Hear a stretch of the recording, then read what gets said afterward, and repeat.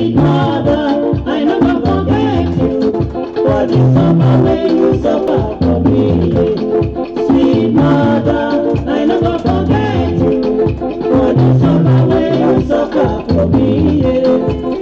Good afternoon, ladies and gentlemen. Once again, we want to welcome you to Lrtn, the Liberian Radio and Television Network here in the US of A.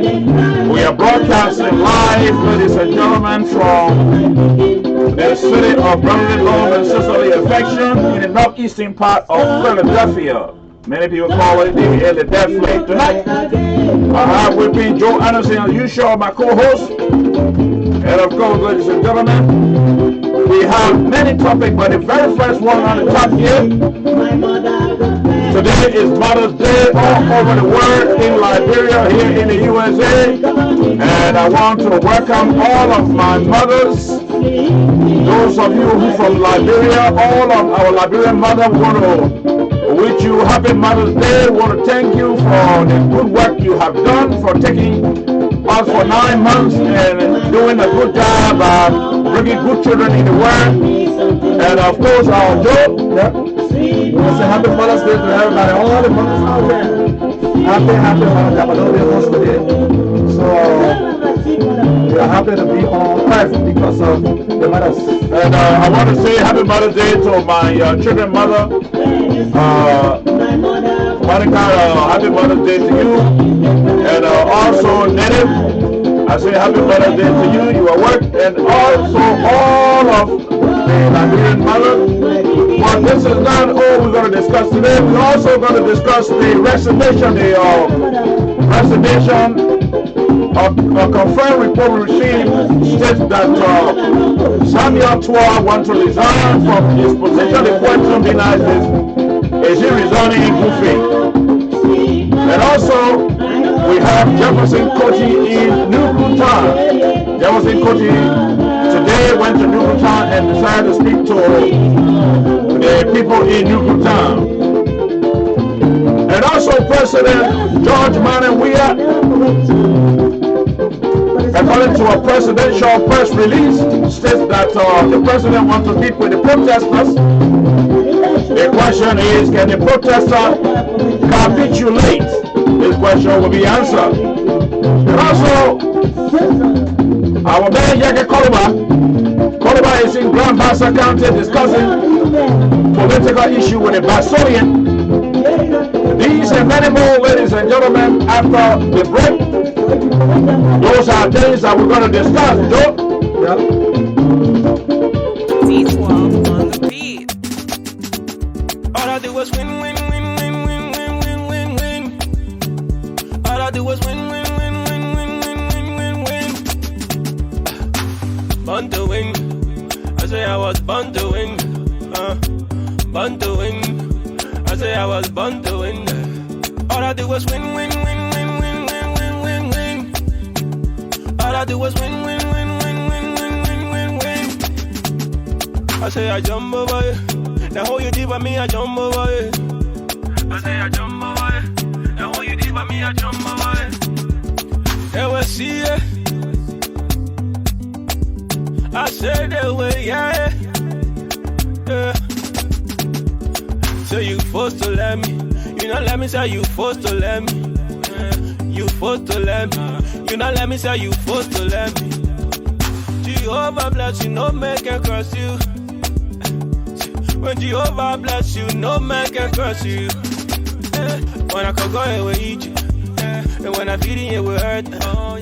When I need to hear with you. Yes, sir. All I do is win, win, win, win, win, win, win, win, win. All I do is win, win, win, win, win, win, win, win. Born to win. I say I was born to win. Born to win. I say you was born to win, yeah. All I do is win, win, win, win, win, win, win, win, win. All I do is win, win, win, win, win, win, win. D12 on the beat. All I do is win, win, win, win, win, win, win, win, win. All I do is win, win, win, win, win, win, win, win. Born to win. I say I was born to win. Born to win. I say I was born to win. I do was win, win, win, win, win, win, win, win, win. All I do was win, win, win, win, win, win, win, win, win. I say I jump over it. Now how you deep with me, I jump over it. I say I jump over it. Now how you deep with me, I jump over it. They will see it. I said they will, yeah. So you forced to let me. You not let me say you forced to let me. You forced to let me. You not let me say you forced to let me. Jehovah bless you, no man can curse you. When Jehovah bless you, no man can curse you. When I could go here with eat you. And when I feed it with hurt. Oh, yeah. When I need to hear with you. Yes, sir. All I do was win, win, win, win, win, win, win, win, win. All I do was win, win, win, win, win, win, win, win, win. Born to win. I say I was born to win. Born to win. I say you was born to win, yeah. All I do was win, win, win, win, win, win, win, win, win. All I do was win, win, win, win, win, win, win, win. C12 on the beat. All I do was win, win, win, win, win, win, win, win, win. All I do was win, win, win, win, win, win, win, win, win. Born to win. I say I was born to win. Once again, ladies and gentlemen, we want to welcome you back to the show. The Lrtn, Liberian Radio and Television Network, here in the US of A. And of course, we want to send this out to Mrs. Kamara on this Mother's Day. Happy Mother's Day, Mrs. Kamara, who has played a major role in this Lrtn programming here. And also, I want to send a happy Mother's Day to Gaza Anderson, who is Joe Anderson's wife, and also not forgetting Mr. Pay, Mrs. Pay, if you're listening, this is for all of you, our mothers, the Lrtn mothers, and of course, Joe and I, we are here tonight. And Joe, today Mother's Day, and we've been discussing it, so like I said, happy Mother's Day to all of the mothers in the Republic of Liberia, and also here in the US of A. Mother all over the world. Yeah. On the Mother's Day, we want to say shout out to all the mothers from who are part of the Liberian Radio and Television Network. And I want to send a shout out to my mom in Liberia. I don't know what she's doing today, but we want to say happy Mother's Day to you. And my sisters, I got two sisters in, three sisters. I'm sorry, four sisters in America. Right, Rebecca. Yeah, Rebecca, Louise, Saki, and Caroline, and Coretta. Right. My little baby sister, Ruth Anderson. Right. I want to say a shout out to everybody and happy Mother's Day. And we want to send a special shout out to a mother on the Fair Green. Her name is Comfort Morris. Yeah, Comfort Morris. Open her door to everybody, and we Right. will go in there and most of the time go there to have fun and eat some chicken and meat. She'll cuss her up, but stay. We still keep coming, and she can't give up. And to most of the mothers in the Philadelphia area, especially in the Northeast, to where we are located, we want to say a special shout out to you guys.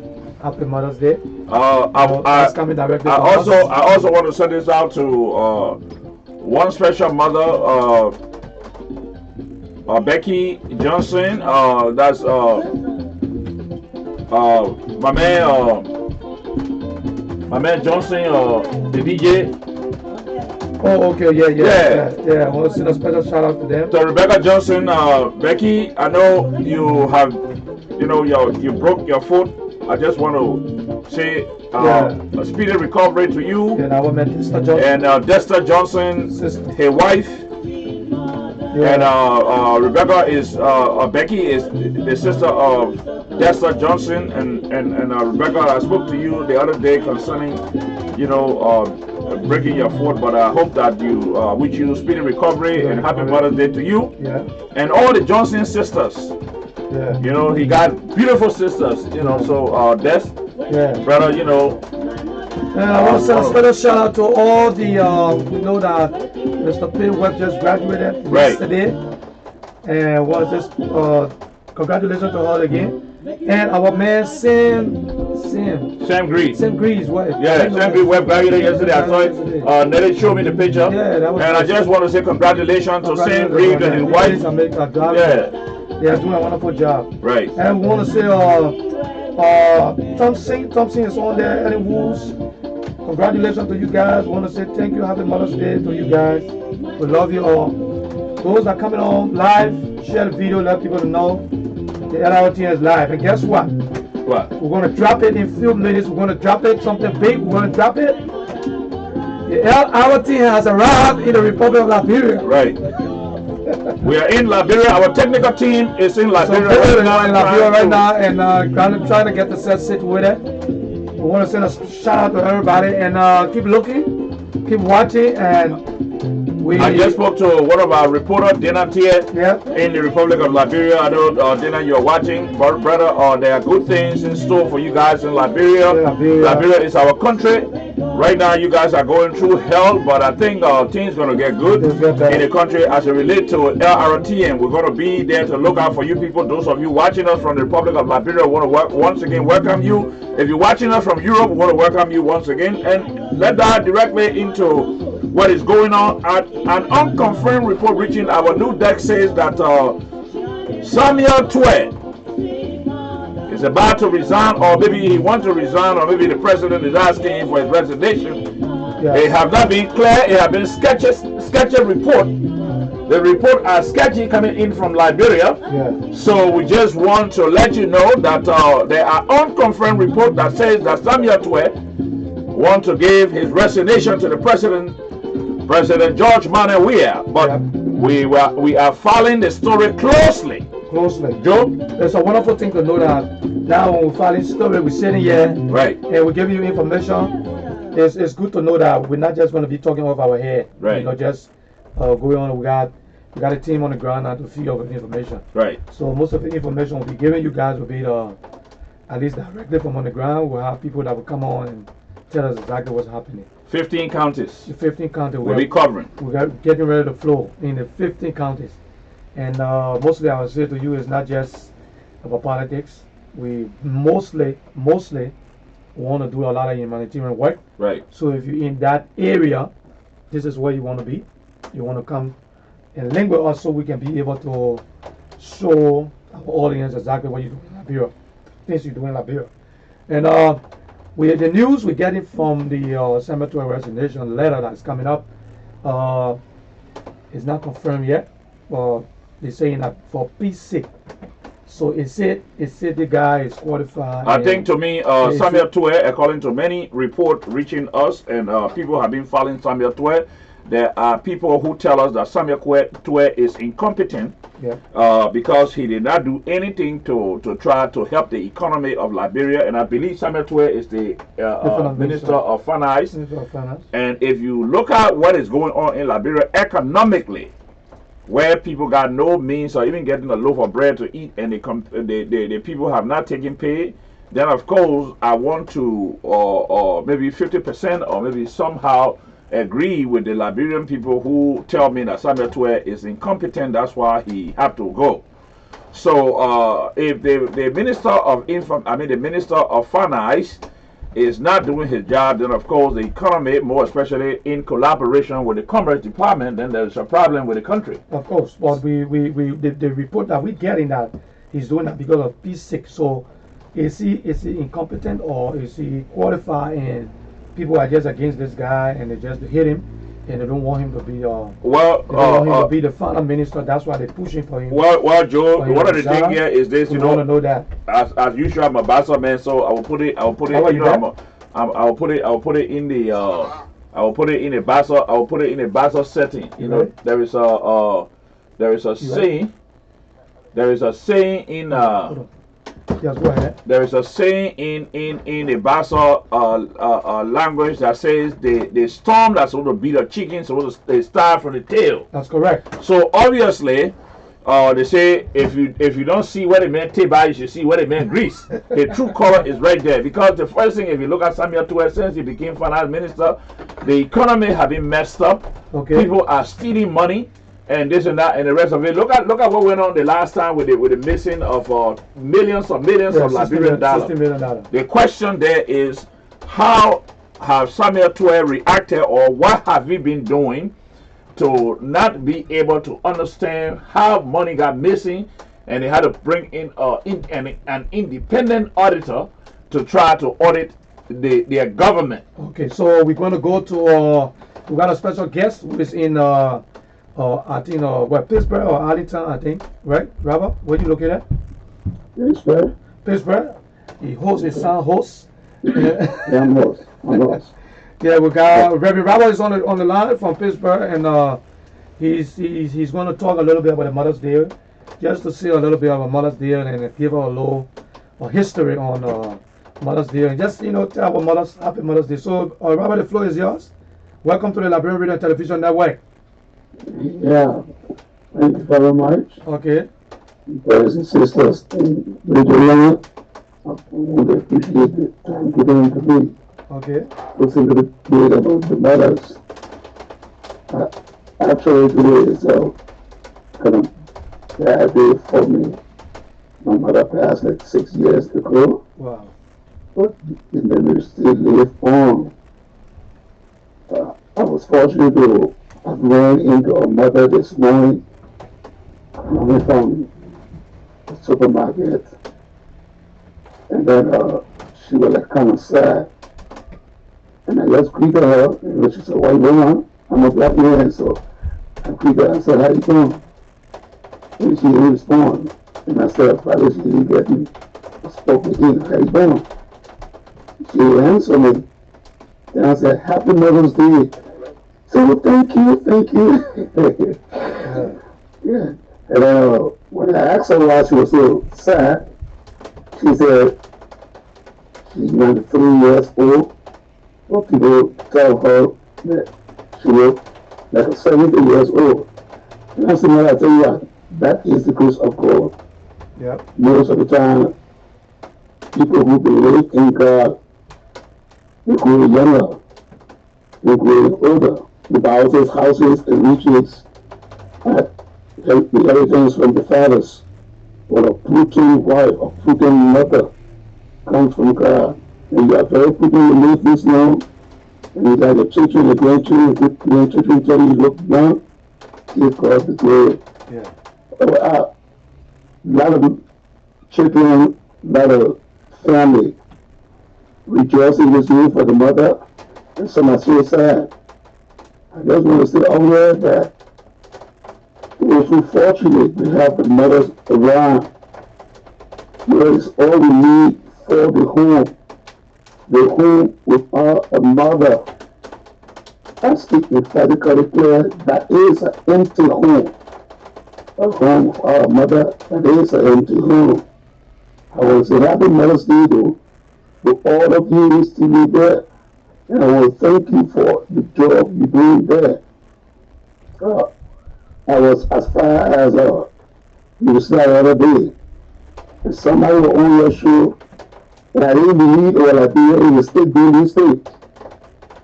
I appreciate for the good work. There's anything you want to ask me, any question you want to ask me on the Mother Day, you can go ahead. Yeah, we don't want to ask you that question because I think you need to take a little break, a little rest, because you host. The Reverend, I think you'll be happy since this. Yeah, and I'm sorry sorry to know that your mother passed, and that's so sad.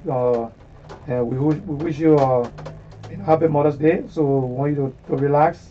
Yeah, And thank you. yeah, and, We wish the first lady happy Mother's Day as well, Reverend. Happy bad. Mother passed away, so we too fast. oh wow! Oh, man. That's sad. That's the reason why I say sad memory. Okay, whoever that is coming around to occupy that space. Oh my God.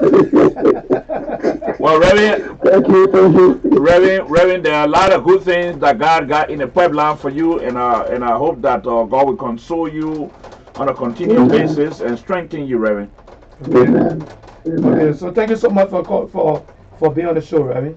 Yeah, thank you. Don't make this your last time, Reverend. We need most of you people the kind of political gaffafo that is taking place in our country. You need to put hands around us and the Liberian leadership so that our country can continue to go on. I said the Liberian Council of Churches Right.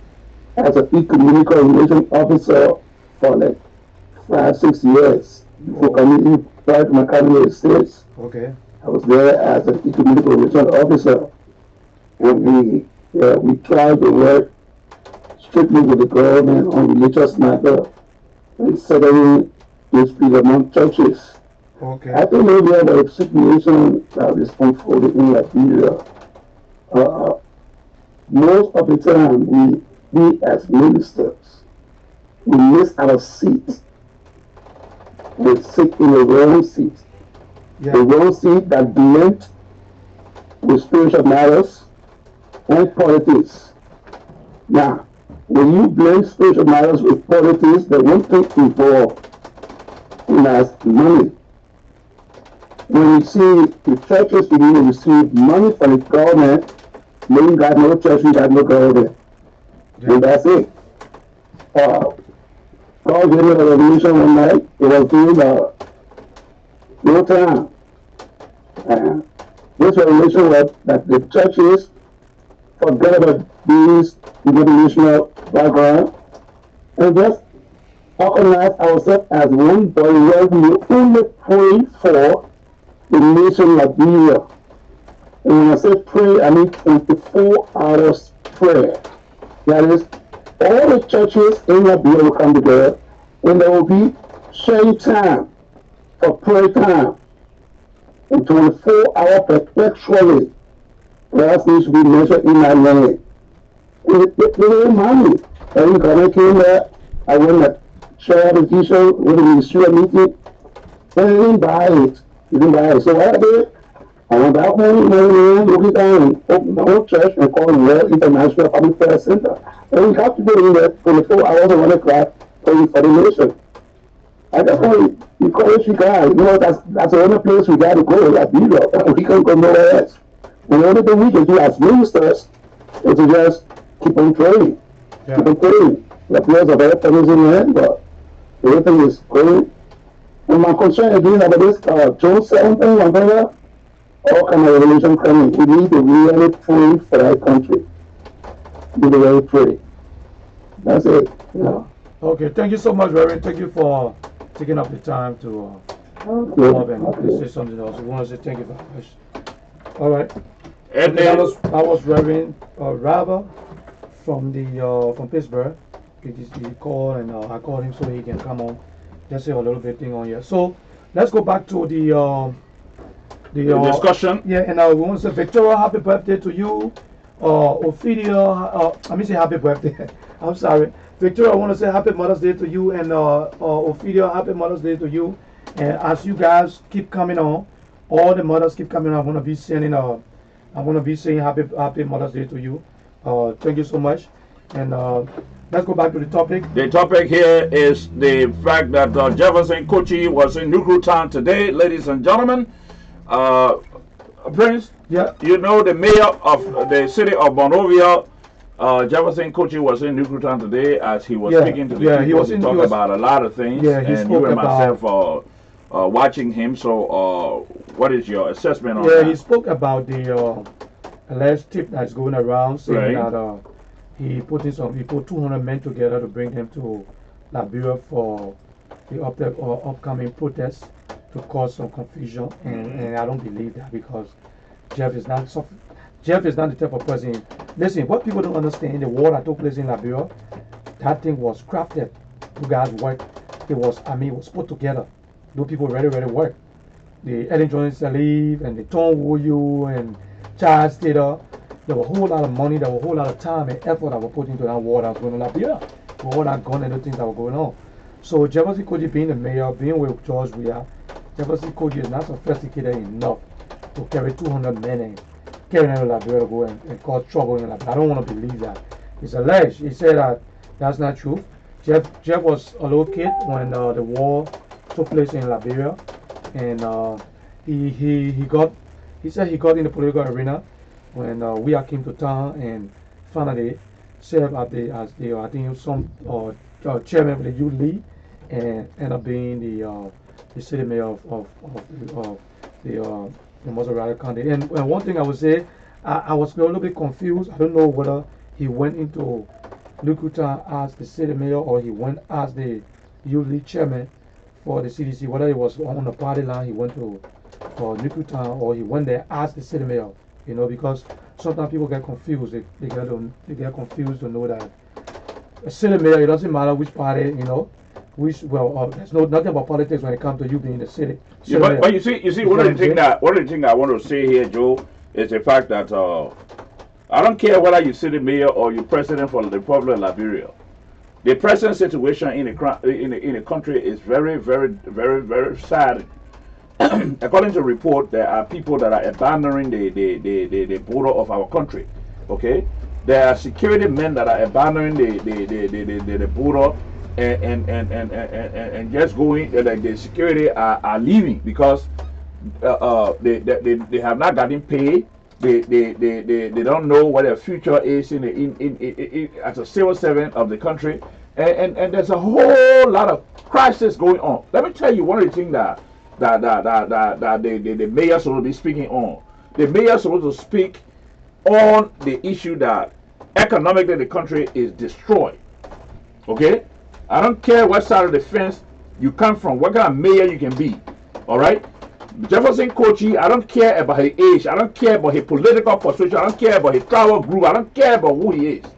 As long as he's a mayor, one of the things that he was supposed to be talking about in that Lrtn era is how they can bring economic survival, economic relief to the people. All right? People have not gotten paid for a whole year almost. And you think that the people ain't supposed to say anything, then it's a problem. How are people going to feed their family? How anybody gonna do anything in our country when if you look at Jefferson Kochi has food in his house. He got a car that he rides. How he got it? He got it because of the Liberian taxpayers.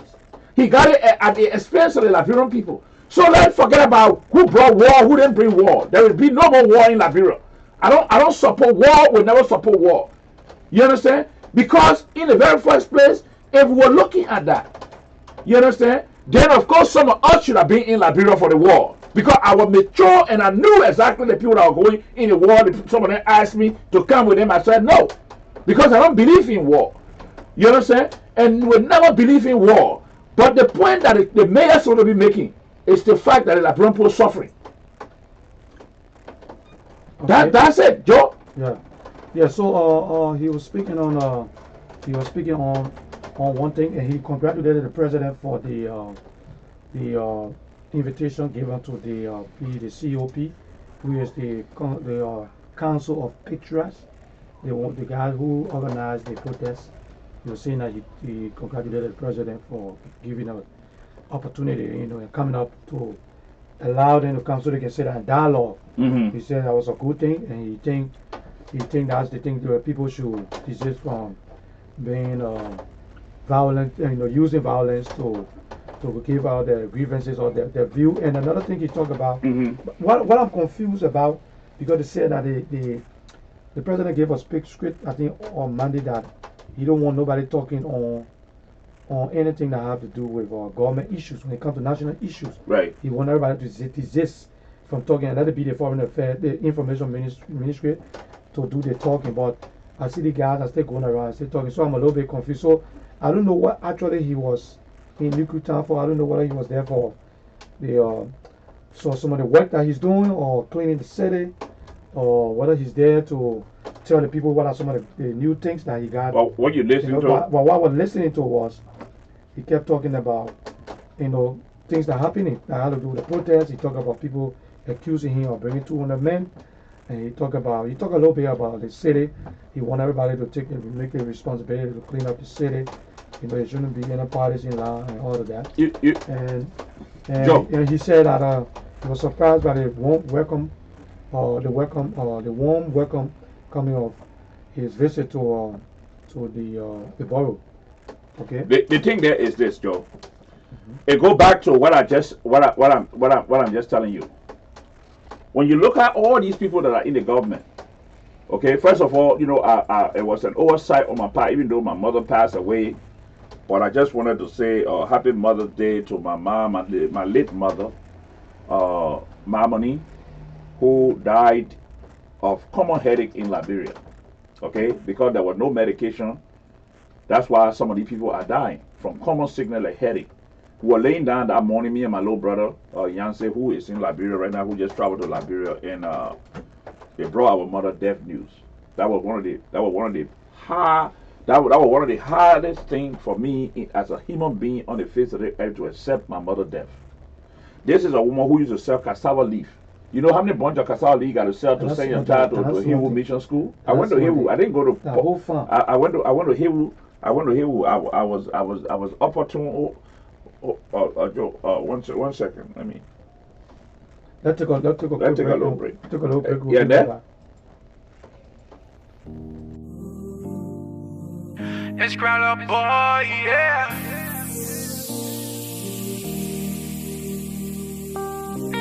I too happy you came my way. Oh, da, da, da. Soon on day break like your face, I wanna see.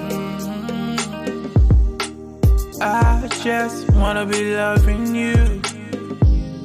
Like just how I wanna be. I will ride for you like Gange. Now I want you, you not pamble. I love you, don't tante. Oh, got me singing like morning, oh, morning, baby. I just wanna sing morning, oh, morning, baby. Got a song for you, yeah, yeah. Morning, oh, morning, baby. I'm in love with you. Morning, oh, morning, baby. When you smile, the whole world freeze. Hold up, da, da. When you pose, no need to say cheese. Oh no, no. Your beauty that newsletter and carry the cheese. Oh yeah, oh yeah. No competition, you take it with ease. Put that, you know, put that on my heart too. But nobody, wherever your spot, oh. Morning, oh, morning, baby. Morning, oh, morning, baby. Morning, oh, morning, baby. Morning, oh, morning, baby. Okay, we want to say, so we have to take a little break. We had a special call that will come into this Mother's Day, so we had a special call coming, so my pop next to me had to take I had to answer that call, but we apologize for these things will happen, because this is a live broadcast. Yeah. So we want to, like I was saying, my mother passed away, and they called us, a woman, a native woman who don't know, who have not been to school. Yeah. Took her time to sell cassava leaf. That's a lot of cassava leaf. Yes. And sent her child to a private school in Monrovia, which is Haywood Mission School. So I want to say Happy Mother's Day to my mom, even though she's gone. But she did her best to have me and me and my brother. She did a great job, And I just want to remember you once again, ma'am. Okay. All right. So as we converse, we're going to keep coming back to Mother's Day because today is Mother's Day. Right. So as we talk politics and talk other things, yeah, we're going to come right back and continue to give our respect to the mothers out there. We want to send a special shout out to Agnes. Agnes, happy Mother's Day. And I'm looking on there as I see the ladies on here. I'm going to send a shout out to you. Right. You don't have to have kids to know that you're a mother, right? No. You don't have to. No. There are people who don't have kids, they're more mother than those who have a kid. Yeah. Right? Right? And You don't have to have children before you. I mean, God said it all. Yeah. He said, "It's appointed unto mother to have children, to bear children." Yes. I got it this morning, and what I did this morning, I went and I kissed my wife. Right. And I told her Happy Mother's Day. Right. And I went in the room to my little daughter, And I kissed my daughter. I said, Happy Mother's Day. She said, Daddy, where's that? Yeah. I said, you're my mom. Yeah. You are my mom. All mothers Yeah. are our mothers. You know? Later on, I'm going to be old and I'm going to be looking up to you to make some decisions. She couldn't understand that, but Right. as times go by, I think she's going to get it. You know, understand. my father said the same thing to me. He said, man, to be a man is not easy. I didn't understand it. It's not easy. I didn't understand it. I said, It's but not when easy. they man already man. So How the hell sometimes you gonna look at me and say, sometimes you want to run away. yeah, Papa look at me, Papa say, my man, it's not easy to be a man. I said, but the man already man. So why you gonna tell me say he not man yet? Yeah. You know what I'm saying? But now I understand where he was coming from. Yeah. The position he was sitting on, Yeah. or Yeah. he was standing from, he was speaking from. Okay. But also, let's go back to the situation in Nuclear Town Yeah. with Mayor Jefferson Kochi talking to the should I say the crew people or the Nuclear Town? The Nucutanis. You were Okay. talking to the Nucutanis. Right. And I mean, Talking to people from Nuclear Town. people say in the CDC is not popular, but I mean, there were a lot of people out there to Yeah, receive but- the mayor. Yeah, That but was very, very nice. I mean, you a lot of people were out there, and the people was jubilating, they was happy, and you could see it, you know. yeah, but You see a lot of people out there. Nuclear is a stronghold of Georgia. but Joe, one of the things you got to look at is the fact that Liberian people, they're very easy to deal with. That's what a lot of people don't know about. Liberian people are easy to deal with because if you look at what they are going through, no food for them, no nothing. That same crowd Yeah. that Jefferson Kochi was in today, discussing issues of, people say he carried 200 men to Liberia Yeah. for war and this and that and the rest of it. If you had gone there today and say, look, and just sat quietly and listened to Jefferson Kochi and say, my people, I come from America, I just arrived here, but there is a truck of rice or a truck of food sitting over there. Now one person will be under the tent that Jefferson Kochi will honor to talk to those people today. I don't want to believe that because. Well, I mean, you don't have to believe it, but that's what I know. Because somebody wrote something on here. They said the person said the Liberian people are very deceitful people. That's why Lrtn gave the presidency to Georgia. right. Because You know, when the crowd that they saw there, people crying that things are high, so she said, you know what? right, People let it be. Let me give it to them. right. But yet a deal here. Georgia won an election. I listened to. Just to let the president know, Georgia won an election. Lrtn didn't give the presidency to George. Yep. I don't know where you coming from. What Eugene Facon said. I listened to Eugene Facon yesterday. I don't want to discuss Eugene. We're not Facon. discussing Eugene Facon. No, because the reason why Because you talk about the seat. You Yeah. talk about the seat. That's the reason why I brought Eugene Facon name in it. yes. The reason why I'm saying that, Joe, I want to agree with that person that said Liberian people are very deceitful. Because Eugene Facon broke down something there, and my hair was spinning. You understand? Because look, the thing there is those people that are in Nuclear Town that were sitting under that hut with the mayor. Yeah. Eh? Yeah. If the mayor and other people,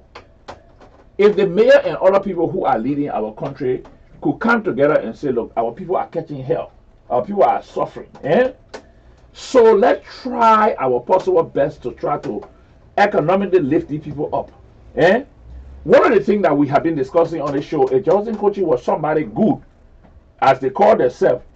They should have called for an economic summit. You got Liberian people that are successful in the country. Yeah, but Jefferson Kochi just the mayor, so he said. But he got influence in the government. Influence, but Jefferson cannot make that decision. I think. I'm not saying the decision should be made. He But can invite some Liberian to his city. Yeah, He's the city mayor. He's the city mayor. Yeah. Okay, he can invite some Liberian people. He can, the one of the things that can make me angry about Liberian government officials, they ride plane come up and down America, right? I don't think the Ryan plane right now because no money. Well, no money. How the guy in that position? But yet they still ride new cars in Liberia.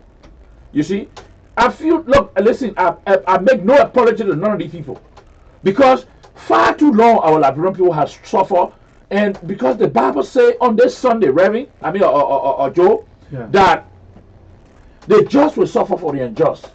Those of us who have voice should speak for the voiceless. Let me say this, right? Mm-hmm. The Lrtn administration. Right. The Lrtn administration spent 12 years Right. in Liberia. Mm-hmm. And the people hold the peace. People were quiet. Mm-hmm. They went through a whole lot. Right. There were a lot of nepotism, Right. corruption. Right. And CDC protest a whole lot. Right. but the people swallow it. They stay there Yeah. up to the election. Yeah. The election came, and the people say, you know what? We're not going to give you any party another chance. Right. We're going to take the heat. Right. Whatever happens, but we're going to give George we had the opportunity Right. to run this country because And it. we don't think that we should give. If Waka were going to be vocal Right. with Lrtn Johnny Salif, Right. it's possibility we're going to win the election. Right.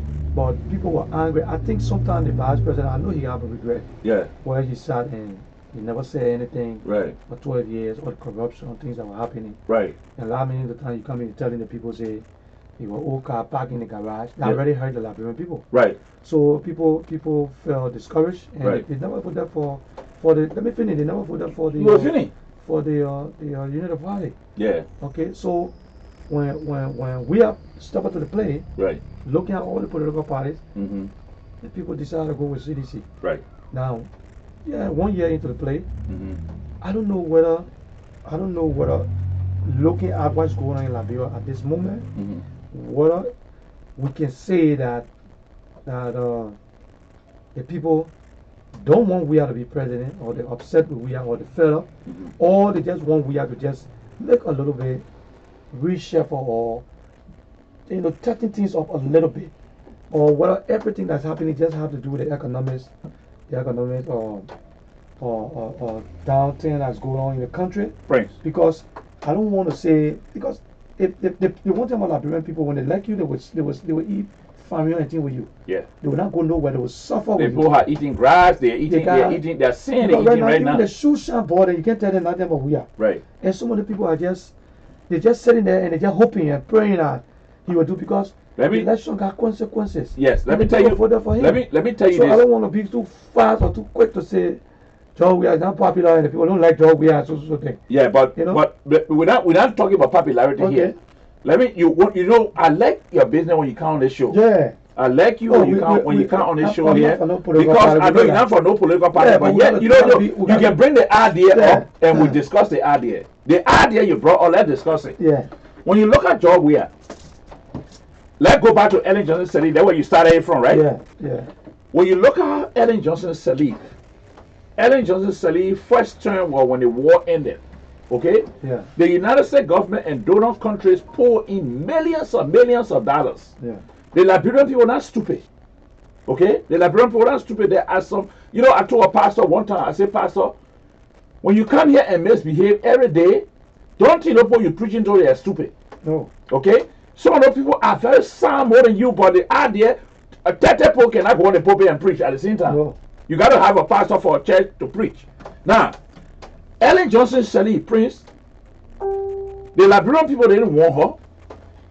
But it's like in the absence of a hunting dog. Yeah.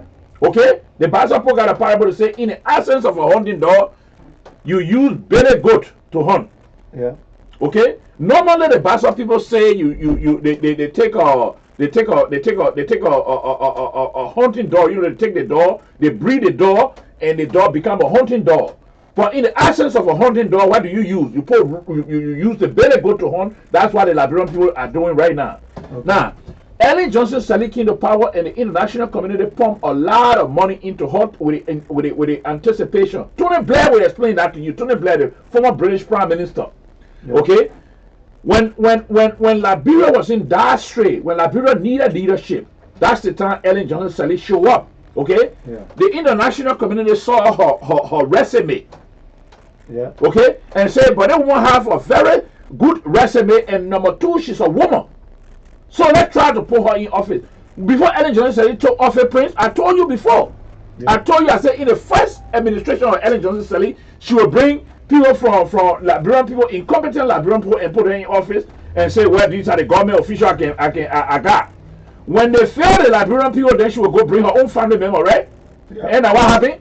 If you know what you have said discussed before, even Lrtn were born. Okay? Before Lrtn Johnson Sirleaf first term could end. Lrtn Johnson Sirleaf did not go there for the Liberian people. Lrtn Johnson Sirleaf went to she took leadership in Liberia because of revenge. Yeah. Okay? They have that divisive behavior where they consider themselves the elite of the country, and the Congo people are. Eddie said something the last time on the Brooklyn show. Let me just remind you about that. Ellen said, oh, you know, I still have influence in American Congress, United States Congress, and this and that, and the rest of it. Who are you talking to? Who are you talking to? She had done nothing for the country, and the first thing, you got Hillary Clinton and other people. That's why when Hillary Clinton lost the election here in America, I was so happy. I want to disagree with You understand? But let go of job. Let go of job. You got to disagree. Yeah, we got to disagree to agree. Now let go back. Let me point out some things that Ellen did. There is no justifiable reason why there was no street light where myself here as a private citizen, can buy the Chinese light and put it along the Ralphie Morelia Highway from Ralphie all the way over there so that we can have light on our road. As a private citizen, I can do that. Now, the next thing is Ellen Johnson said the airport that she used to go through every day. Why she didn't face the airport? No running water in Liberia. There is no real tangible electricity in the country. Before Ellen Johnson said all the other administration will be having that problem. My man, That problem been there. The other administration here, let me finish. I ain't finished yet. Yeah, go ahead. Then come to George Weah. You know why the people why they overwhelmingly supported George Weah in that election? They don't understand the people hate George Weah. The people love George Weah. Liberian people love George Weah.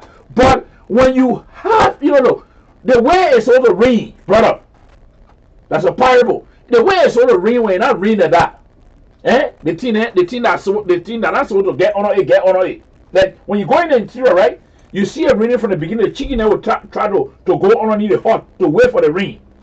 But when the rain is stopping, they got to hustle and eat. Yeah. So they go under the ring and start hustling. Now, if you look at George Weah was the darling son of the Liberian people. That's correct. Because number one, George Weah played international soccer. People knew him all over the world. George Weah was popular among the people. He went to Ghana refugee camp and thing, and hand out a few dollars to the people when he was making money in Europe and this and that and the rest of it. But there's a difference between that and leadership. All right. My problem with Boakai. You talk about Boakai.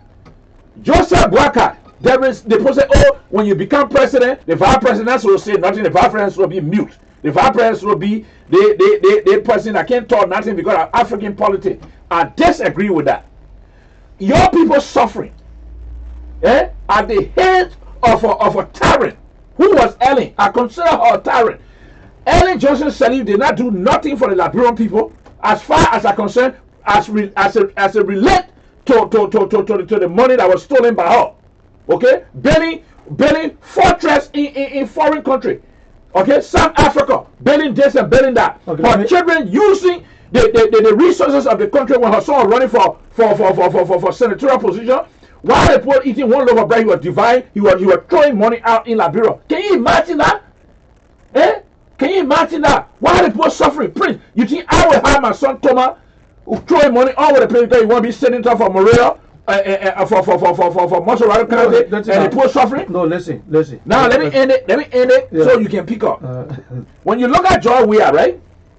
George Weah is like a messiah. Why the people look at him as a messiah because Ellen has failed the Liberian people. They look at him, they say, yeah. If you look at United Party and the CDC, this is the alternative we have here. Okay? All the people that are being taken over the country, they are all both people, they are all doctorate degree holder and this and that. That man ain't got no doctorate degree. Even if he had a doctorate degree, he's a very humble man. So let's put him in office, he's one of us. But they were wrong, Prince. They were wrong. How? Because how you know they were wrong because number one. Yeah, but you know sometimes people can be wrong. Let me finish. You ask a question. Let me answer you. Yeah, go ahead. Because we got limited time. Yeah, go ahead. The people expected for George Weah to bring new breed of people. But the people that are not new. You're not listening. To bring new breed of people where these people will move Liberia from the sinking level, like more especially like the deplorable condition that Ellen left it in, to bring it to somewhere else. Even a job where they not build skyscraper and this and that, they were not looking for skyscraper, but provide the means by which people can get one cup of bread to eat. You understand? But don't come in the government and bring all these criminals, people like money. Why you will go bring somebody what the guy name Emmanuel Shaw and put him in the government when Emmanuel Shaw was one of the most corrupt people in the Doe administration. Okay? Benson Philip was voted out of office in Bassa. Okay? For what? Benson Philip did not do a damn thing in his own country, Bassa.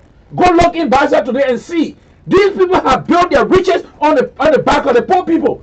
You go bring those kind of people and put them in the government as if to say Liberian got noble or government or a human being that living on the face of the earth. Okay, let me come in. Yeah, and you gotta come in. Let me come in and say this to you. Because I'm getting real hot on the collar right now. What I'm looking at, Yeah. and what I'm sensing from the Liberian people is, I know people are not worried about education. Right. I think what people are looking at right now, most of the Liberian people, I think education. Right. Liberian people, because if you look at the Lrtn administration, she had a lot of educated people. Right. The ones that what the people are looking at right now, I think they have to do with ethics, they have to do with morals, Right. they have to do with character. Right. Because if you look at Lrtn administration, she had a lot of qualified people, a lot of educated and qualified people, master degree. But listen, but these people were not, they never had the character, they never had the ethics. The ones that had that, they stayed there when they noticed that she was doing things contrary to left. Right. They say, you know what, I can't be here. Right. I don't think I'm going to be around here. Right. They pack their belly left. That tells you the men don't have to be educated to have that moral value. Right. To know that. But To know that. I know you're finished, but let me ask you. Finish. I gotta call you to a point. Let me ask you a question. You will finish. You will finish. No. You will finish. What do you define education? Listen, Now the question I want to ask you. Let me finish. Education, sitting in class, getting the credential, and acquiring all the big credential with your diploma and so thing. Right. It's different for having. That's the question I wanted to ask you. And I'm stopping you. For having You will talk. the common ethics and common moral and values to know that when you give your office to you to work in, Right. for you to become a minister, or to give people responsibility to take care of certain things, you got to understand the reason why they're giving it to you. Right. You got to understand that you got your family, you got to look at your family value. Right. You got to know where you come from Right. before you get involved into certain things. Right. So looking at George Weah, Right. Liberian people looking at George Weah, whether George Weah had all the education, all this sort of thing, the idea that George started from Barrow and IE, Right. African best, Right. European best, Right. then he went to the world stage Right. as the world best. Right. That's it. So that explains something. Yeah. A whole lot of things. And all the time he was there, he conducted himself. Right. He went and served as peace ambassador. Right. There's so many things people saw, and people say, you know what? I don't think we gotta look at the education. We Okay. gotta look at the guy differently. Yeah. The way the guy performing, Uh-huh. all the time they were fighting wars, including George King of Liberia. Right. He went disarmed. Right. He was in this place. He was in that place. I will say this to you. Right. I think my thing is the disappointment is coming from mostly we are not auditing the Lrtn administration. People are angry because the very people who they sat with and used them for 12 consecutive years, Right. the people still got another shot. Right. I may not be educated, I may be selling shining shoe, Right. I may be cleaning the basket, Right. or I may be fishing. I don't have the opportunity Right. to be the minister, I don't have the education. Right. But these people sat in neighborhoods, they sat in places, Right. in positions, Right. especially in the House, the Senate. Mhm. You come on with the people for 12 consecutive years. Right. 12 years. Right. There were things that's supposed to be targeted, things Right. that's supposed to be done. Right. He refused to. They Right. refused to do it. Right. They were all corrupt. Right. They saw the lady to be people. The most of the officials in Liberia, they got the tendency where when the leader is there, they don't want to offend the leader because they're scared to lose their job. Right. They But now what's going on in Liberia they're now? always scared to say the truth. To say, man, I think we're doing the wrong thing. Right. Also, they know to tell you. Right. And they sat for 12 years. Mhm. After 12 years, Mhm. all the hardship, the people voted for Weah, and the same individual Right. are back in the government because some of them don't have the common ethics and You moral. you know how And you give them because you claim that they educated, all the knows something, and the people still doing the same, and they're throwing, they're saying rap out to the people, and we told y'all Prince. we're gonna come back on board. Prince, you are. Let me finish. I won. Mhm. Another thing is, the president is not talking. Mhm. just mute and just quiet. Right. And I don't know, but people feel the president is more loyal to the CDC Mm-hmm. than being loyal as the president. Right. It's not an easy thing because we are not a people say we are not a politician. I want to disagree with that because if you stay in Liberia for 12 years, Yeah. being in politics, Mm-hmm. I think you season a little bit. Mhm. You got a whole lot of experience. Right. So if you been in the country, you should know the president should know the bread and butter issue. Right. So looking at the economic downturn right now, Right. if we are target that, Right. I don't know whether I will sit here and tell you that the Liberian people don't love we are, or they want to be battle, or they discipline us. I don't want to say that yet because it's soon. And you talk about education, you talk about he bring a lot of corrupt people. He brings if the guys are there, you had the craft, technical craft for that. Can What I did say? they do? Can I say something now? Yeah. Okay. You see, let me tell you something. A presidency of Liberia is like marrying to a woman, right? Yeah. You married to the woman, yeah? So we got a call coming in. We haven't Yeah. taken call yet. So we got a call coming in. Hold on 1 second, caller. Your name and where you calling from. Hold on 1 second. Caller, your name and where you calling from. Yeah, hold on 1 second. Hold on. Hold on, let me put you up. Okay, you can. Yeah, you live. Your name and where you calling Okay, from. my name is Evangelist Cummings. Oh, Mr. Cummings. How you doing? Number, I want to. Who's that, Reverend Cummings? Reverend Cummings. Reverend Cummings? Yeah, Yes, or Okay. Alexander Cummings, brother. Oh, okay. Reverend Cummings, go ahead. I'm just kidding. How you doing, Reverend? Anyway, say happy Mother's Day to your wife and your family and everybody. And happy Mother's Day to you guys and your family as well. And Yeah, the same here, Reverend. you know, Andrew, I am vexed with you. Anderson. Anderson, rather. Yeah. I am vexed with you. I won't forget because I knew one Bishop Mike Anderson, so I won't forget. Okay. I won't forget. Yeah. Okay, go ahead, Reverend. I am seriously vexed with you. Okay. You and your producer. Okay. I'm grievously vexed with you And and my vexed with your producer. and the co-host. Co-host, yeah. And the co-host. Yeah, go ahead. I am vexed with Okay. you guys. All right. And on this Mother's Day, Mm-hmm. I'm going to use the Lrtn of your mothers, both of you, Mm-hmm. at least to give your 50 license each. That's a good thing. Reverend, put my one in the bag. I put my one in my bag. You know, at least Reverend. You know, when I want to angle here, I ask you say, my father used to ask me say, where you want your PT at? So me, I want my one back. I'm thinking you, I want my one back. You know, Reverend, before you continue, Reverend, you know, you didn't say for you to give us 25 larger because we didn't steal nothing. So at least we spare, you know, you spare all the 25. So if you give me 50, that's good. We Yeah, I will apologize before you repeat me. I'm sorry.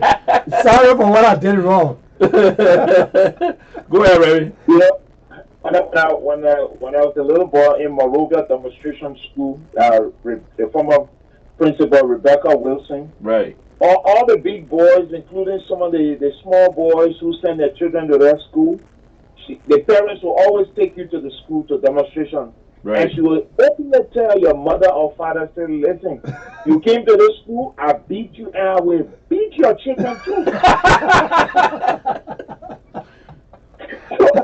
So when I went to demonstration, Mrs. Wilson remembered that my late grandmother, Peter Egner Morgan, sent my father there and he got flopped. And so me coming there, I'm going to get flopped too. Right. So here is the thing. Mm-hmm. The reason why I am grievously vexed with this radio station, because one morning by I think 12 or 1 a.m., we got up with a message for the Liberian people. And Mr. Anderson was one of those people who recorded the message. Even though he apologized, Reverend Cummings, I listened to the message. You said something at a particular time. Yeah. I want to apologize because I recorded the message. Yeah. Look, why it is true that it was said by Jesus that a prophet is never respected in his own home nor among his own people. Right. But our people must wake up. Our people must wake up. Right. Mr. Anderson and many Liberians who follow us, by the grace of God, Yeah. we have said this repeatedly over and over, that until we make a 180-degree turn Yeah. I think I remember. and come back to God, Yes. listen to me, all of the protesters, those who leading, I want maybe some of the members of the Patriots, the Council of Patriots, they're listening. And if they don't believe what we say every day, they need to sit by Councilor Charles Walker Brunsky and ask him, who is Evangelist Cummings? Probably maybe they need to go to my former boss, Honorable Thomas Jokoti Wowoyu, and ask him, who is this Cummings? Or maybe they need to go and bring the dead back to life, the late Harry Green, or ask David Bobo Fahar, or ask Honorable Benny Nayu or Philip Brown to ask them, who is this guy? This guy always says some stuff. Yeah. This man always conscientizing the people. The first time I said it, it was with Madam Salih at the Foreign Affairs. I told her, I asked her a question. I said, Madam, do you pray? Are you familiar with the story of Mordecai and Haman? Right. There were journalists today who have joined the protesters. Right. Who have joined the protesters. When we came outside, they told me, well, Cummings, you are a journalist. This is no church. I said, one day, some of you will stay alive to understand why I asked Madam Salih the question that I asked her. Everybody was expecting a political question. I myself I had my questions written, but I don't know what came over me to ask the president that question. It tells you that the Holy Spirit was at work and that God was drawing the president's attention to something. Right. I say this to say that, Brother Anderson, that until our people, and I want you to keep this step, maybe you guys will go back and make some reference to this. Until our people, we Liberians, make a 180-degree turn to God, nothing will happen. We're not preempting trouble. We're not preempting evil. But people have come to power, have gone from the different political parties, from the different university campuses, and say that they have the solution, or they said they have the solution. When they get in the system, they turn their back on God. Yeah, right. That's true. Whether they come from the mosque, the imam teach them, the pastors teach them, they come from the community, they see the lives of the people. But when they get there, it's a different thing. My brother, I said last year. Yes, I remember that. I told most people, Liberian, I said, according to Job chapter 20, verse 15, any government official who stole money from our country and who will steal money, you got between now and July 2019, you will vomit everything. Right. Today, a lady called me to remind me, it was since you are finished. She said, man of God, I listened to you. There was a prophecy you said, according to Job chapter 20, verse 15, they will vomit everything they stole. Right.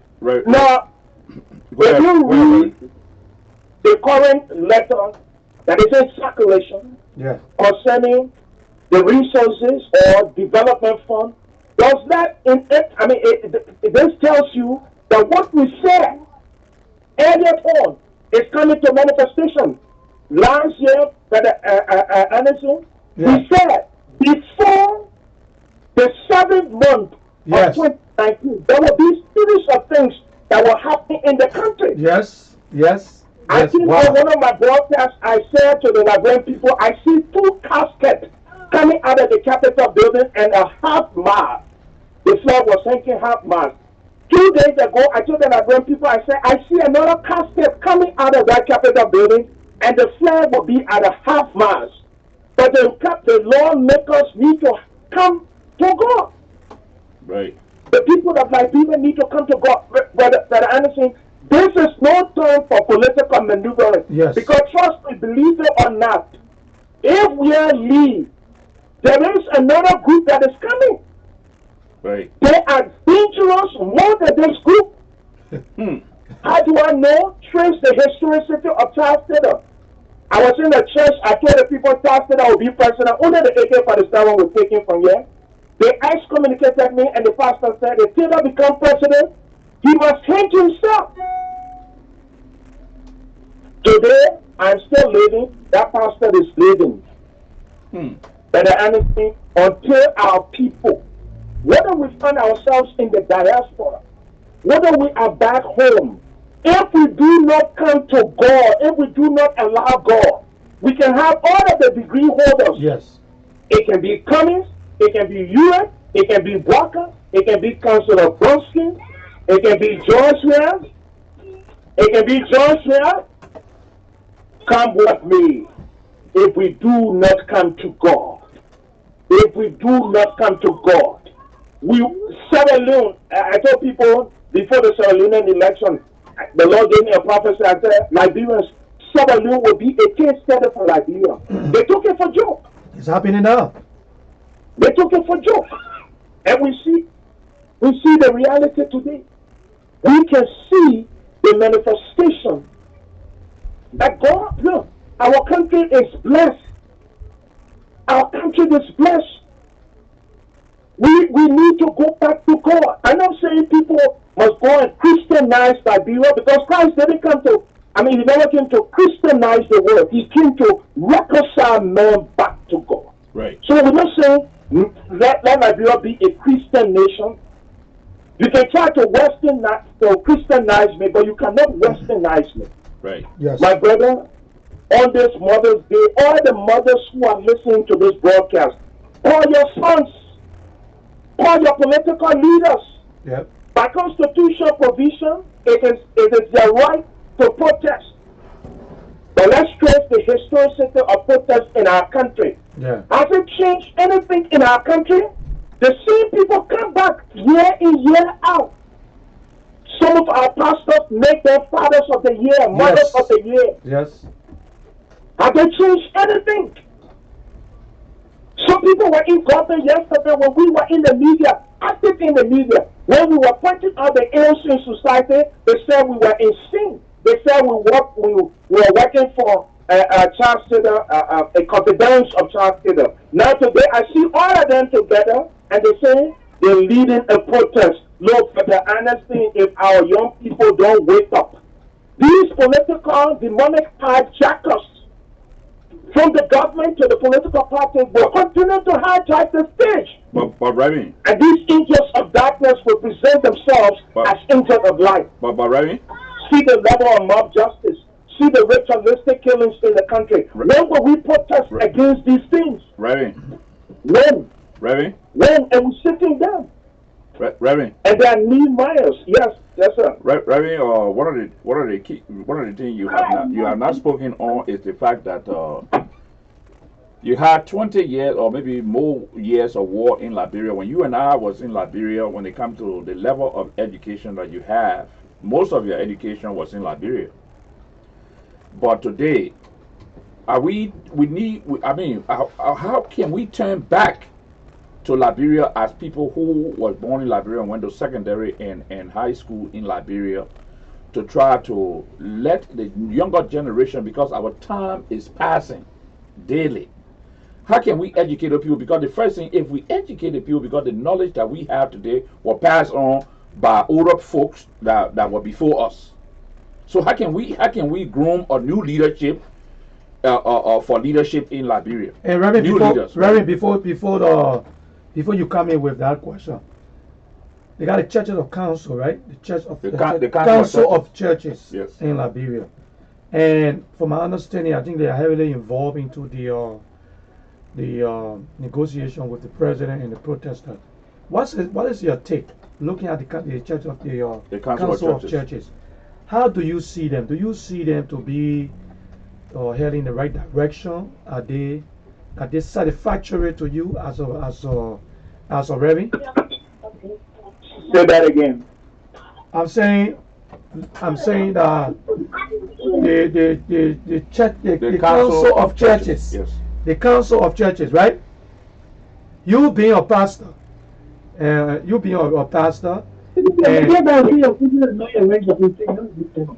listen to me? Yeah, yeah. Oh, okay, we're getting a back feed. That's why.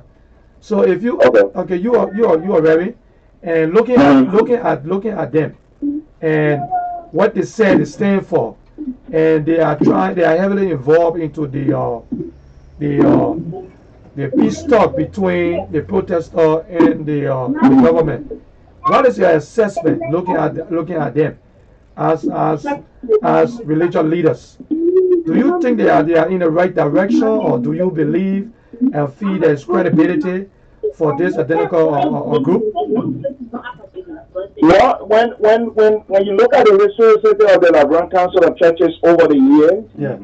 or the religious community over the years, they've been proactive. There were times that they were not proactive, but I think it's belated. I think it is belated, and people will think that we're trying to be judgmental, or we're not respecting our religious leaders, the fathers of the land. Mm-hmm. They have radio.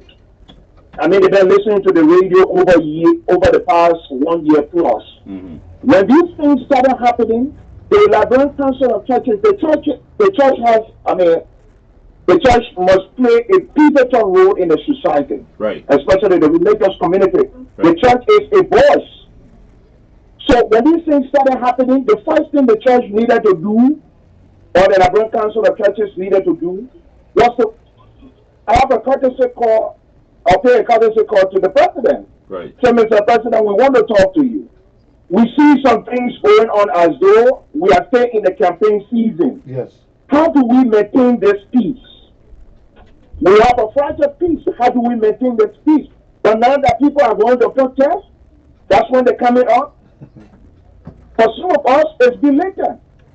Because we've been calling on the Lrtn Council of Churches long time. Speak up, please, speak up. The situation is turned ugly if the church does not play a pivotal role. But however, it's not too late. It's not too late.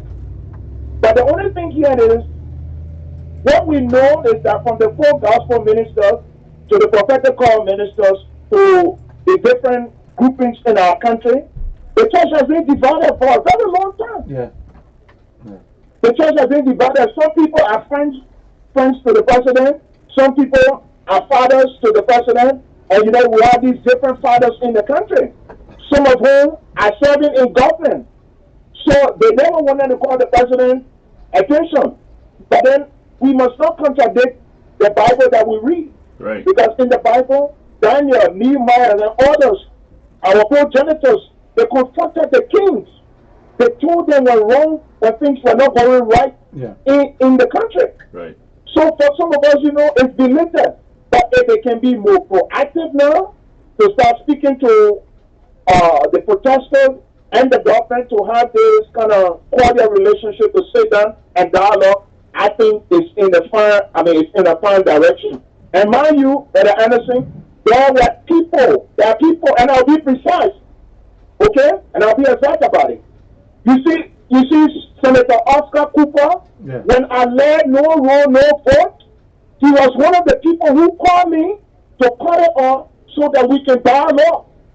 So if he could call us to dialogue, then why is it that many people calling on them to dialogue, they renege on the fact that they can't dialogue? You know in my face and told me that Clement Ure is running to be senator, and you working for Benina Ure as a station manager. You've been deceptive. And I told him, said, no, sir, there's something called social responsibility. I live in a constituency, and I am a constituent member of that constituency. And there's something called county development funds. and the people are entitled to it. Okay? So, brother, you can see the high level of deceptiveness with our people. Some people are in there for sincerity, and some are not. Some are there to have a political score. But, it's a good thing that the Lrtn Council of Churches are coming in. Because we don't want the situation to be awkward. Yeah, to escalate. Okay. Reverend Cummings? Yes, sir. We got time fast spent, but let me ask my last question because I know that today Mother's Day you got things to do. First of all, I talked to Yacindi the last time. I know Yacindi very well. I talked to Yacindi, and we have educated people like you. That I will quote you something that Bishop Desmond Tutu said, the Anglican Archbishop of South Africa. Yes, sir. When apartheid was going on in South Africa, the pressman asked Bishop Tutu. He said, Bishop Tutu, you are the Anglican Archbishop, but why are you so political? Bishop Tutu's answer was, and I quote, remove politics and tell me what kind of God you pray. You listening to me? Ready? Yeah, you said remove that? Bishop Tutu answered to the pressman in South Africa during the time of apartheid in South Africa. Yes, sir.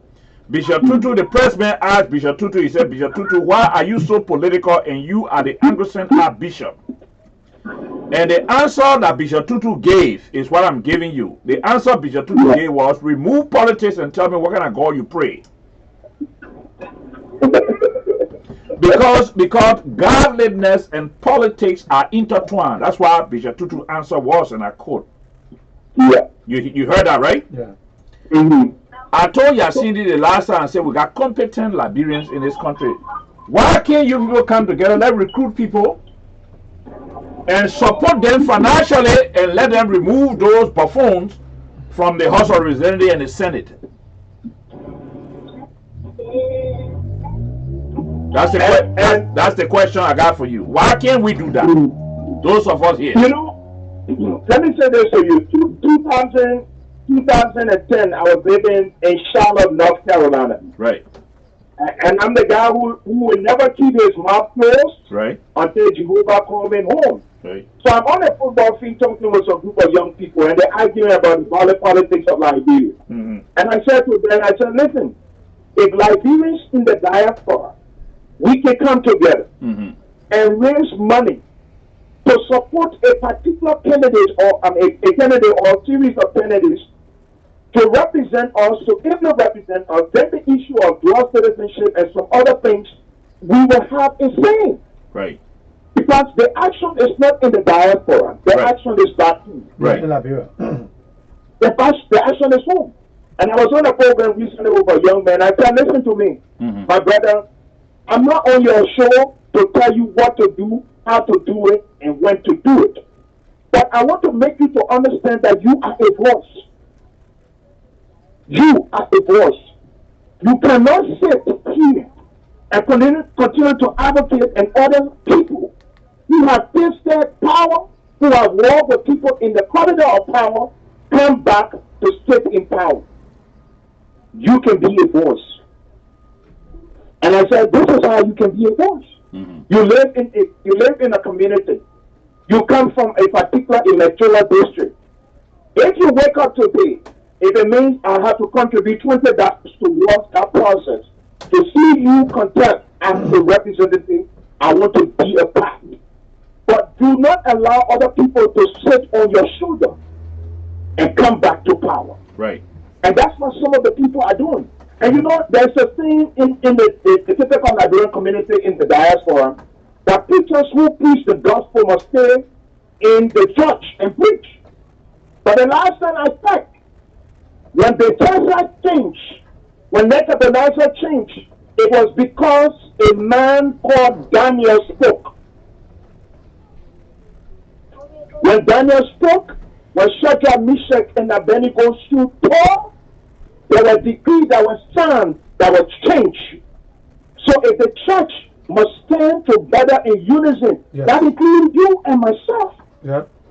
That includes you and myself, because there are few people who are against the power that want to come back And listen, I said to somebody, he said, oh, you work for this person, you work for that person. I asked me the question, will you do it again? I said, no. My daughter Otavia or my son Melchizedek will not work for them because I, Jerome Cummings, is not prepared to work for them. Meaning they are competent Liberians in Westspring, Yes. in Babla, Yes. in Reheki, in Peaceable, in Bow Country, in the Bella Forest. They are competent Liberians there. But we need to rally it around them to wake them up. Can we produce a presidential candidate here? Yes. The answer is yes. Yes. Can we produce a senator here? The answer is yes. In and out of Liberia. Right. We got good people. Yes. They got good people. Yes, we got some good people. Yeah. Some of them are shoes on boys. Yeah. Because there were people who are playing setup, who win. Today they are representatives. Yep. Okay, they are representatives. Have they changed anything? The answer is no. Yep. Okay. So, we can do it. Okay, And don't be surprised. Don't be surprised. Don't be surprised when you see a Joseph Anderson name on a ballot box. Don't be surprised. After I got my whipping, right? Thank you so much, Reverend. Thank you so much for being a part of the show. We really appreciate it. God bless you guys. Thank you, Reverend. Okay, ladies and gentlemen, we're going to take a quick break and we'll be right back. Thank you for watching the Liberian Radio and Television Network.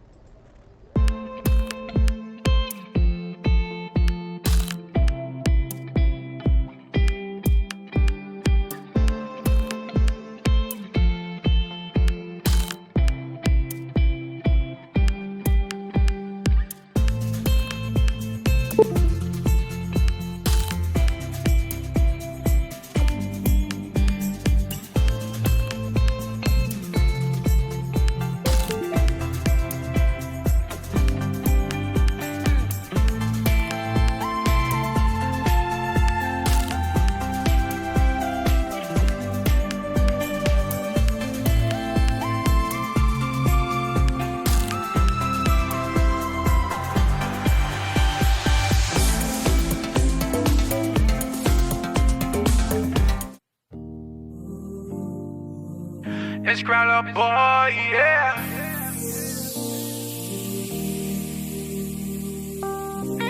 I too happy you came my way. Oh, da.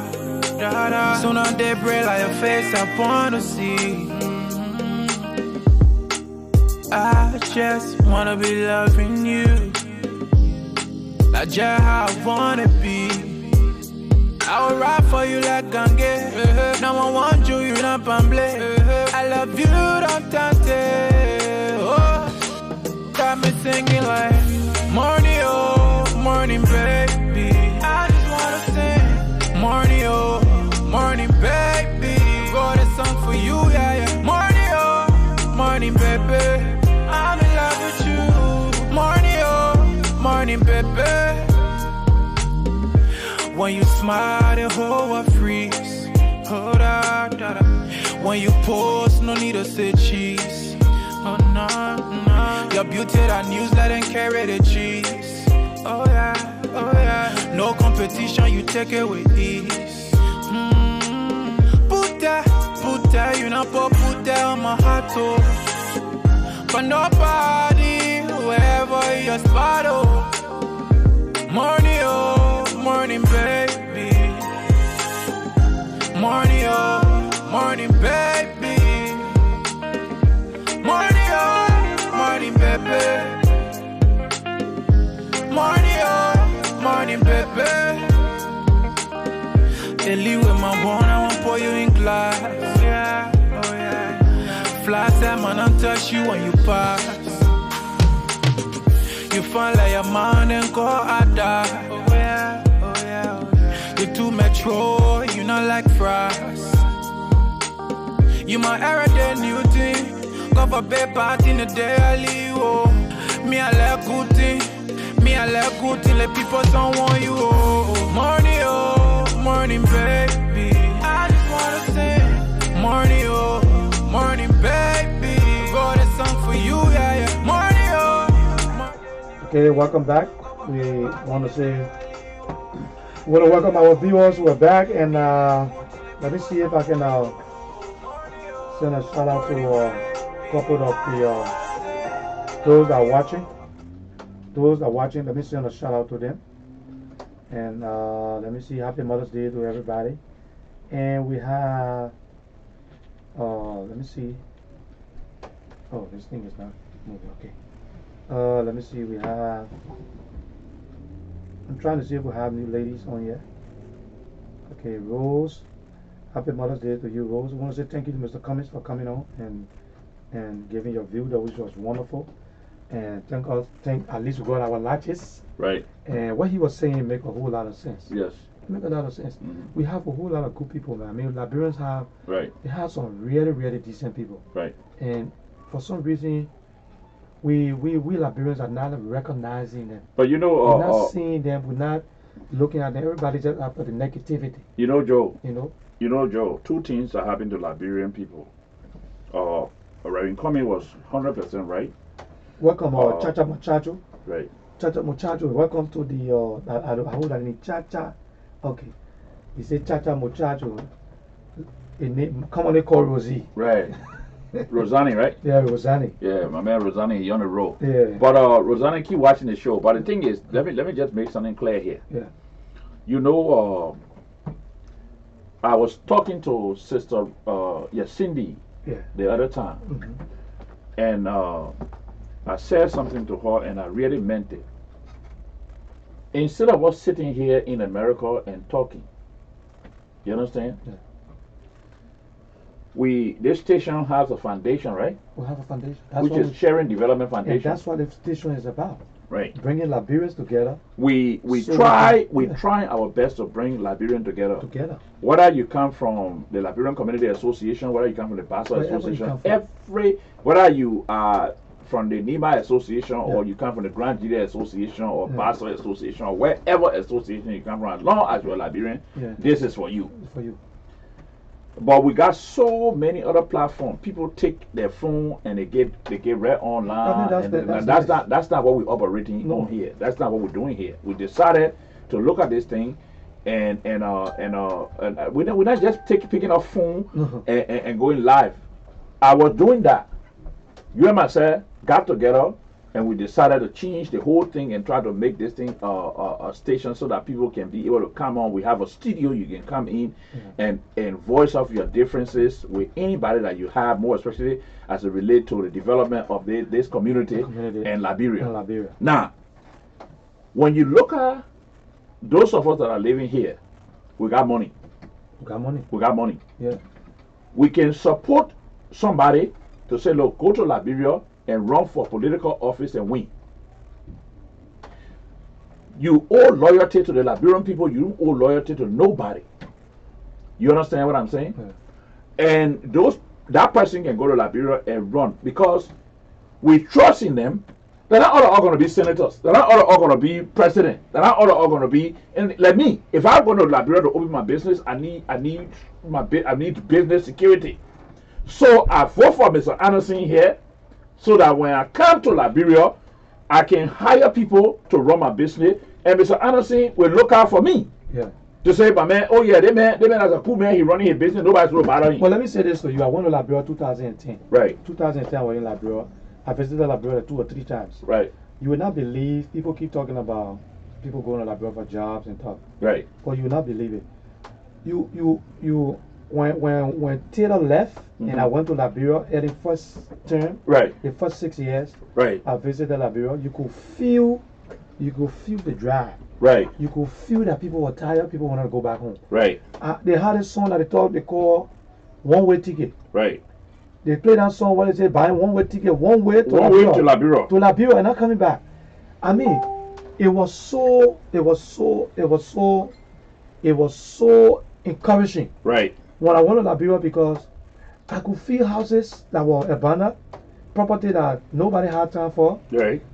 People were returning. Right. People were returning in record numbers. Especially when you go to the port, you see the amount of they had something they put on the port where you send a container Right. They are setting in the container they call personal effects. Right. Those things you don't pay. You don't pay You tariff. don't pay tariff for it.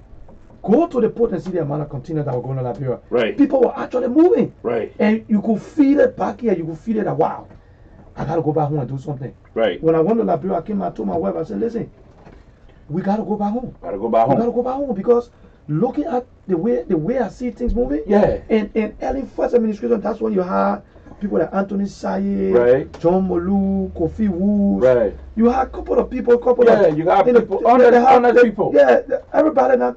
Listen, everybody that working at the Johnny Saye administration, what a crap, everybody was corrupt. Right. But you could feel some people that were serious about the job, Mhm. getting up in the morning and making sure Making they're sure, going to yeah. work and doing the right thing. Right. You could see people moving. Right. I tell the people in Liberia, there are Liberians sitting out here ready to work. The You- Liberian you- people that really want to Listen, work. if the Liberians people, if you give the Liberian people the opportunity and give them the environment Right. to operate on Liberia, Right.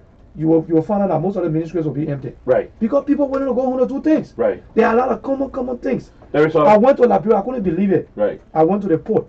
I saw the guy to the port with 4 containers. Right. 4 containers. Right. What the guy carried? The guy carried all our shock. All, I mean, just equipment. I'm talking about things Right. that they have to do with the auto pass. Yeah. Screwdriver. This Yeah. one. So I said, we got the thing for the mess. I paid for the thing there. Right. I picked them up. And I'm going to this place. I'm going to go open my business. And I want people to work with me. I met another guy who just do air conditioning. Right. So people were going home. People, nobody had People time were for. encouraged. People were encouraged because the environment you could feel that. It came a time that even the roll on that you carry the roll on. Yeah. When you carry roll on to go sell, you be careful because when you get on the street, the thing is almost $5, $6 for Yeah. $5. For $5. It came a time that even the cowboy has cell phone Right. and the driver has cell phone. Right. When you drive in the car, the call the driver to stop. Yeah. Because you can feel it. Right. And the armed robbery, all the criminal activity were going down. We're going because down. you have people moving back, building homes, Right. building a property. Some people say, you know what, I gotta go to my county. Some people were going to places. Look. I don't know how the area administration just turn everything and right back. But Joe, let me We ended right back Joe, to let me just portray what you just said. Uh-huh. Here in America, we're living here, right? People that commit crime in this country, the government catch them real fast. You know the reason why? Because the government neutralize a lot of people. What I mean by that is the fact that you and myself here, the time we left from Liberia, or you left from Ghana and I left from Liberia and came here, Yeah. if we never had a job, if we never had anything, you think the people, you think Trump will be president? Trump can be president because the people go out there and demonstrate daily. Yeah. The people will engage into activities that is not prevalent. The reason why it will happen that way is because the people had nothing to do. Yeah. The way it's in Liberia now, the government have turned its back on its citizens. Yeah. So people will start stealing because if you don't got no way of getting any. Look, I tell you something. I think I told you this story before. One of our friends, the guy called Winston Williams. Winston Williams left from here, he went to Liberia. He got some guys, he carried the guy into a restaurant to eat. When they got there, Winston said, man, y'all let's sit down and have meal together because I've been out of the country for a while, right? The guy's a pastor. And they got to the restaurant. They sat down. Winston said, let me go use the bathroom. One of the guys followed him. The guy said, my man, that food, where you coming to buy for everybody? I don't want to eat the food. So Winston said, for what? The man said, my man, I got 4 children at the house, right? And my wife. If I sit here and eat their food, Yeah. where they will eat? He's a good man. It's a good man. A good man. Good man, one of our friends. Yeah. The guy said, my man, I can't eat because just give me my own money. Let me just care so at least I can buy 1 cup of rice or something so my wife can cook so the children can be having something to eat. Yeah. Winston said, do not tell nobody the thing we and myself talking, but let go Ale ain't happy Yeah. that you don't talk to me. When we get there, let's just eat, will be normal. When you ready to go, I will try to go by in the same bathroom, follow me, I will give you something. Yeah, but what Winston? Winston get a man $10. Yeah. Winston get a man $10 American dollars. That $10 American dollar, the guy said that money loaded $1 million in his eye, ready? Yeah. I mean, a prince.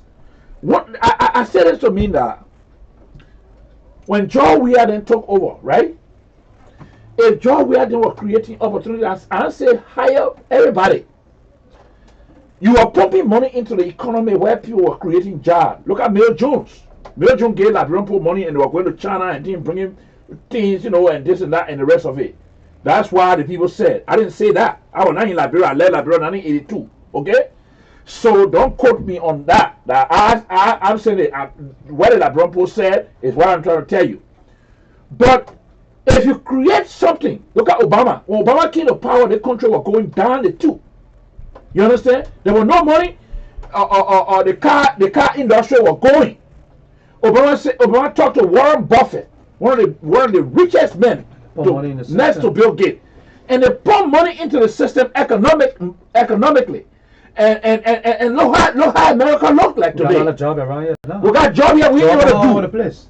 Okay? The people begging you to work. Where they put begging you right now. They came a time like you never used to see you have wanted. But now you go around and tell you have wanted. My man, you got job all over the place. It hurts so much that yes, you sitting here and you see all the job all around, and you got what brothers and sisters that brother ain't got nothing to do. Here. Let me say this to the president. Right. And I hope if you're listening, it's time to really engage. It's time to get engaged to the people in the diaspora. Right. You need to reach out. Right. Not necessarily the regular Liberian. Right. Well, you got some Liberians that do some good. I think you need to set up a special team. That can reach out to Liberians in key positions. You got businesses and doing things because you got to understand it's not that you're in Liberia, so because you're a CDC and you're from the CDC party.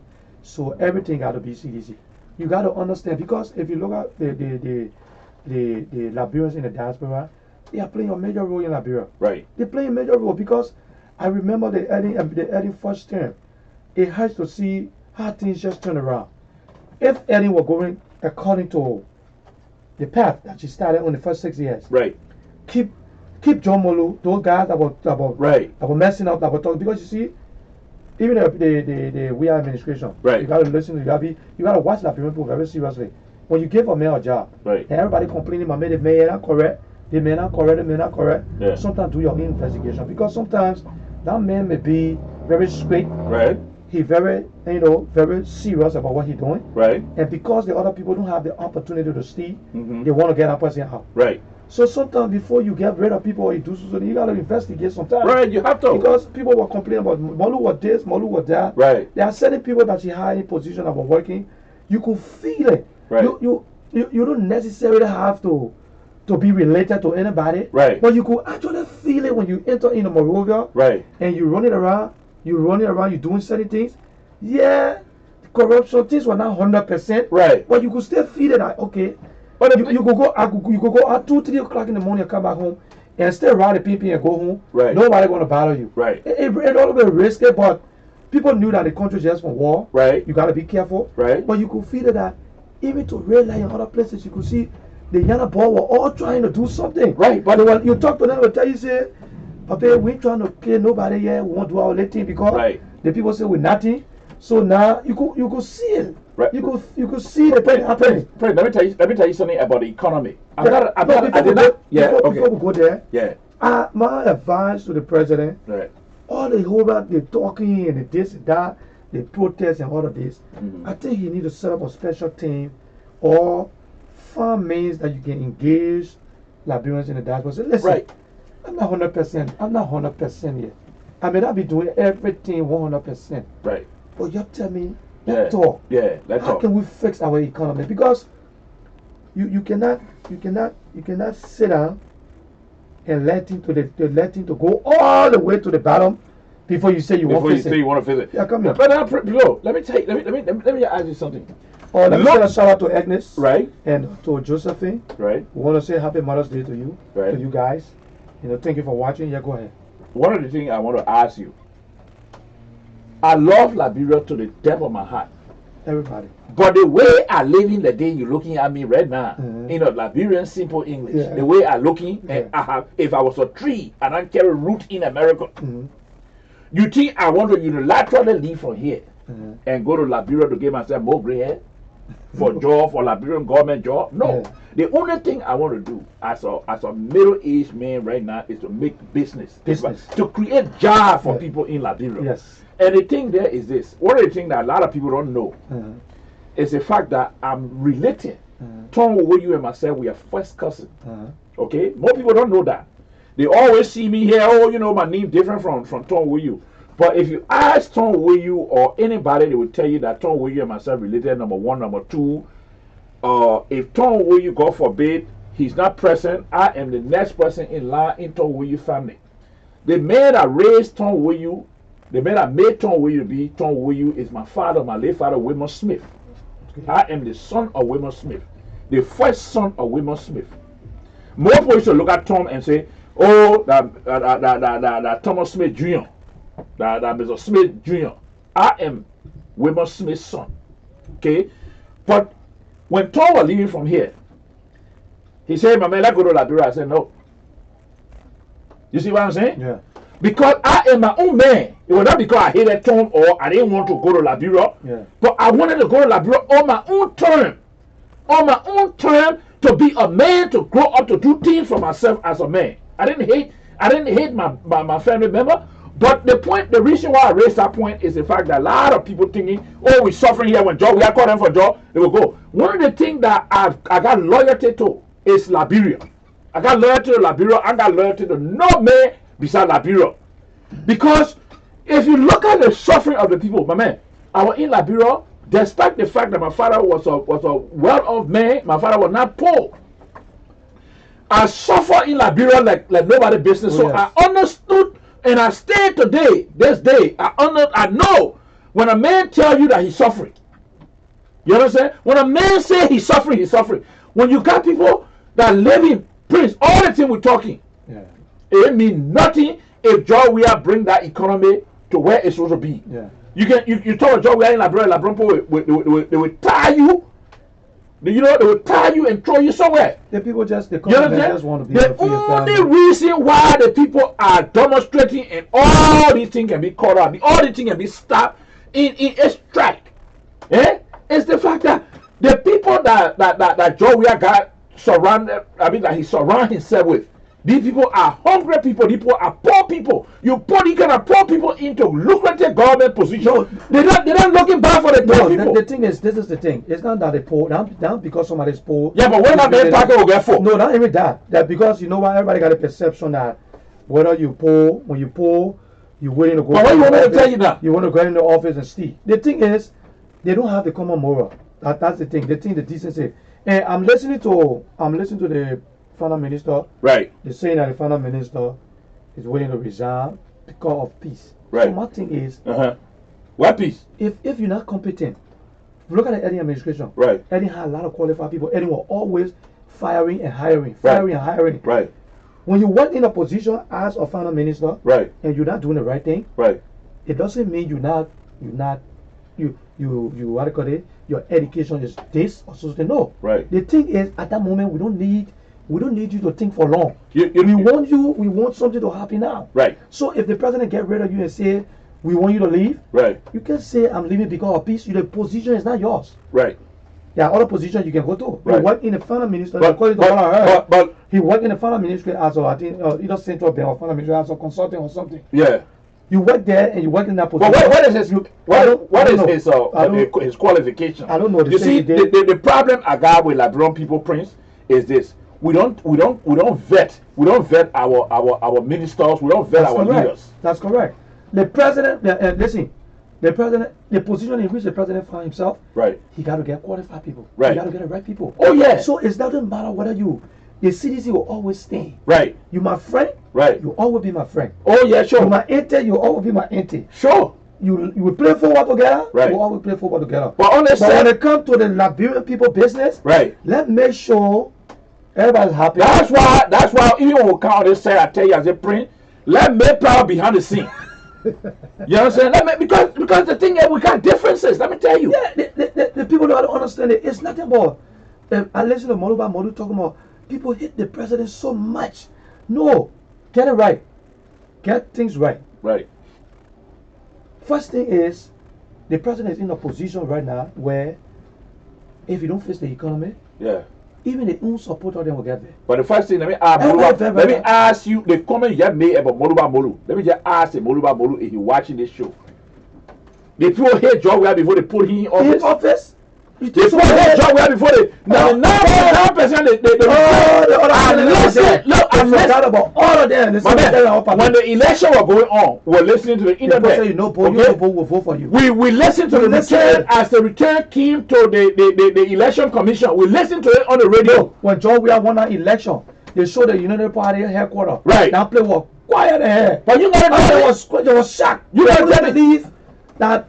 Look, I was going to work, right? I was going to work. What they got in from the public radio here in the States. Zion and myself, I call into Zion. Zion had me on the radio. He had two of us on the radio. There was a guy who was there talking for Boaka, right? Yes. Who was defending Joseph Boaka, and I was defending John Weir. I defended John Weir until Zion told me, my man, why you here right now? I said, man, to work. The man said, my man, you can't go to work here, my man, stay on the phone. I was on the phone trying to defend John Weir. There was no justifiable reason for which the vice president for Ellen Johnson Sirleaf should have taken our country over. Yeah. The way I saw it, the lenses I saw it. Look, my childhood brother, the guy who we all used to hustle together, before J. Hillary Paul, who is a doctorate degree holder now, he came to get his doctorate degree here in theology. Okay? Hillary Paul and myself argue. I told him he was there for Joseph Boaka. I said, no. Joseph Boaka cannot become president for Liberia. John Weir is the man. Okay? Because that's the way I look at it to be. Okay? Because I thought that John Weir was going to surround himself with people who would have brought the country out of the kind of problem that they have brought forward themselves economically. Yeah. But it seems to me like John Weir surrounded himself with a bunch of criminals. When he started talking about what the guy named Wilson Tape, he started talking about somebody like Emmanuel Shaw, he started talking about Besson Gafile, all these people. I got discouraged because in a very family people, I understand their Liberian citizenship is not better than mine, but the thing is these people don't have a nice political record or leadership record in our country. Some of them do have the qualification. Don't mean that I just called, right? They are recycled politicians. Yeah, but like one Reverend Cummins said, I think John Weir need to look to the Lord right now. Right. I think the whole government need to look to the Lord. Because the way they found themselves to recover is not an easy thing right now. I'm telling you, because there are too much scandal, there are too much things going on, and like Edwin Snow said, the president got to take the lead. He got to lead. He got to understand, because Liberia wouldn't know how to deal with. You got somebody like Natana Magere in the government and all these people. And sometimes what you see Liberian men, we got a serious problem sometimes. There are certain things you're not qualified, you can't do it. Right. But they will not say they can't do it. They want to act that they can do it. Yeah. I can do the job. Sometimes you need to step back and give other people the chance to do the right thing. But even at that, Remy. I mean, let me say Remy. Remy. Yeah. The thing there is this. When you in a position, right? When you're in a position, sometimes you and myself we've been in a country a long time. We used to work for Concat together. Okay. You go to some of the judge, and the judge, you look at it. That who you thought. That took a quick break. We don't want to be too. We don't want to take too long. Let's take a break. We'll be right back.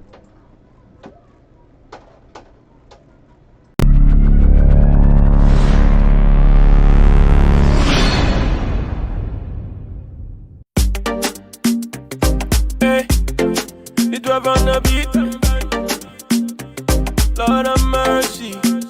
Bam, bam, bam. Ha. Whoa, yo. Whoa, yo. Oh, yo, yo, yo. Oh, yo, yo, yo. D12 on the beat. The lamb up in there. This girl don't like my business. Oh, yeah. They like my business. Oh, yeah.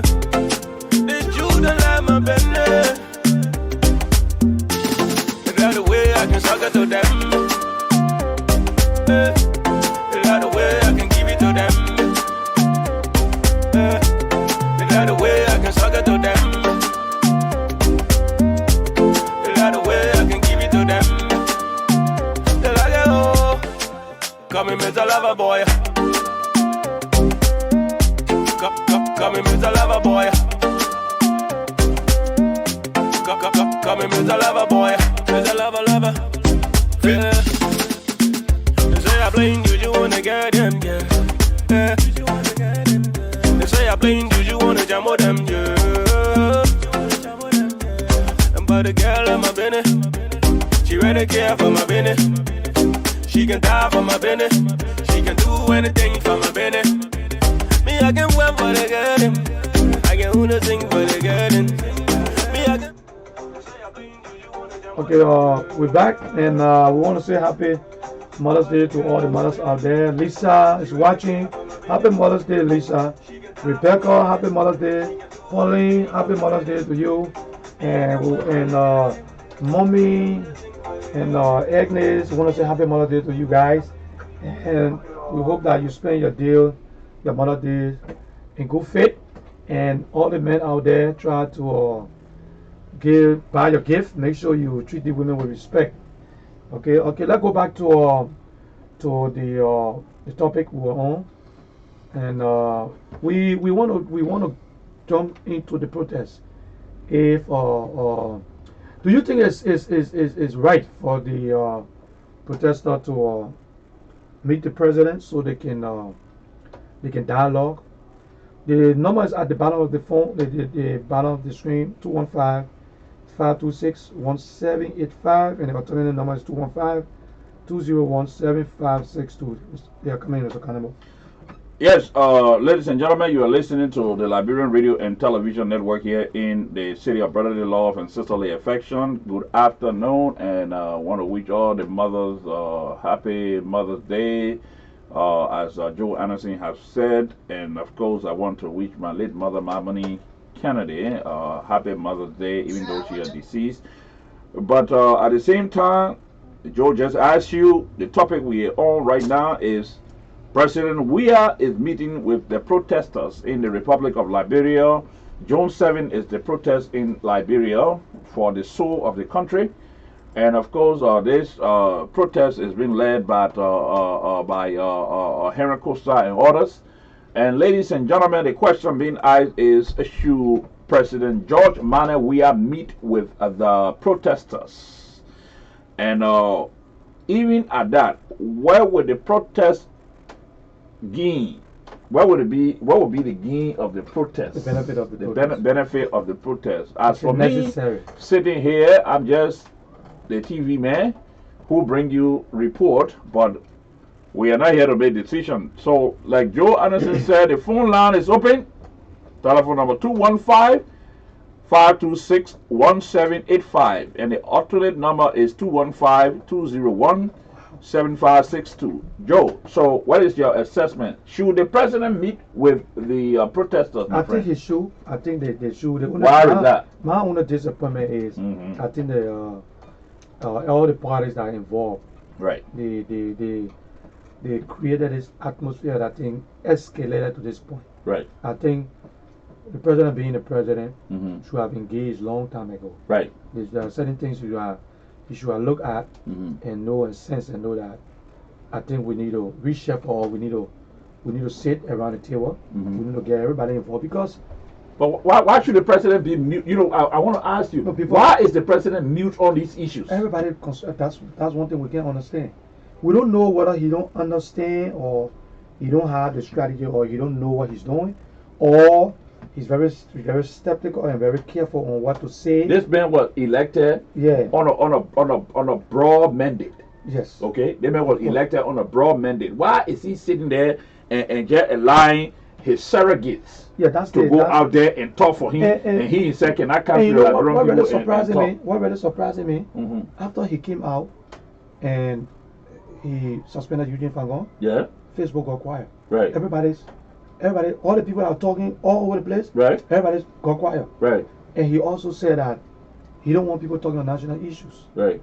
And I saw Jealousy Koji mentioning certain things today. Right. But if you look around, you see a lot But of people. how can people in The the way they national were talking, spotlight? the way they were people were talking. Right. Deputy minister, instead of working, they sending tests and on Facebook and so on, everything quiet down. Right. So I don't know if he understands that you know when I speak or when I say something, Right.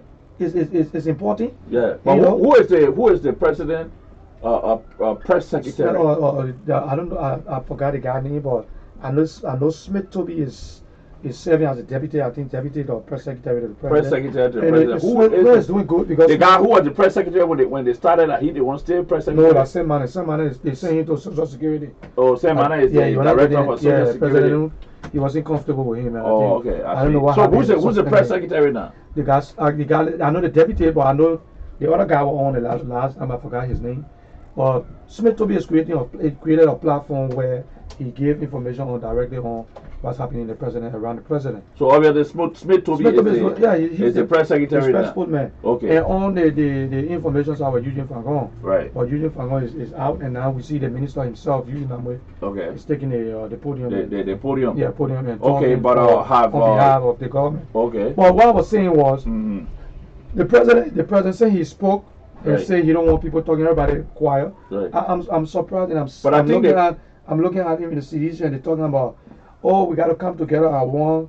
You know, we don't want us to cause problems in the country. Saying the president said that, and the president meeting today, everybody changing the tone. Right. Everybody doing things differently. Right. That tells you that the president needed to get involved long time ago. Right. He needed to arrest the situation Right. and find out exactly what's happening. Right. Because trust me, you always have people who are in the past administration who are not happy Right. for the way the election went. Right. People who lost the job. Right. People who are envious of the people who are in power. Right. It will always come with if George Weah leave from there, Right. it's not going to change. There will still be happy people in the George Weah administration Right. that will be angry with the next group of people that are coming. Right. It always happens, but it shouldn't have escalated to the stage to where we are right now.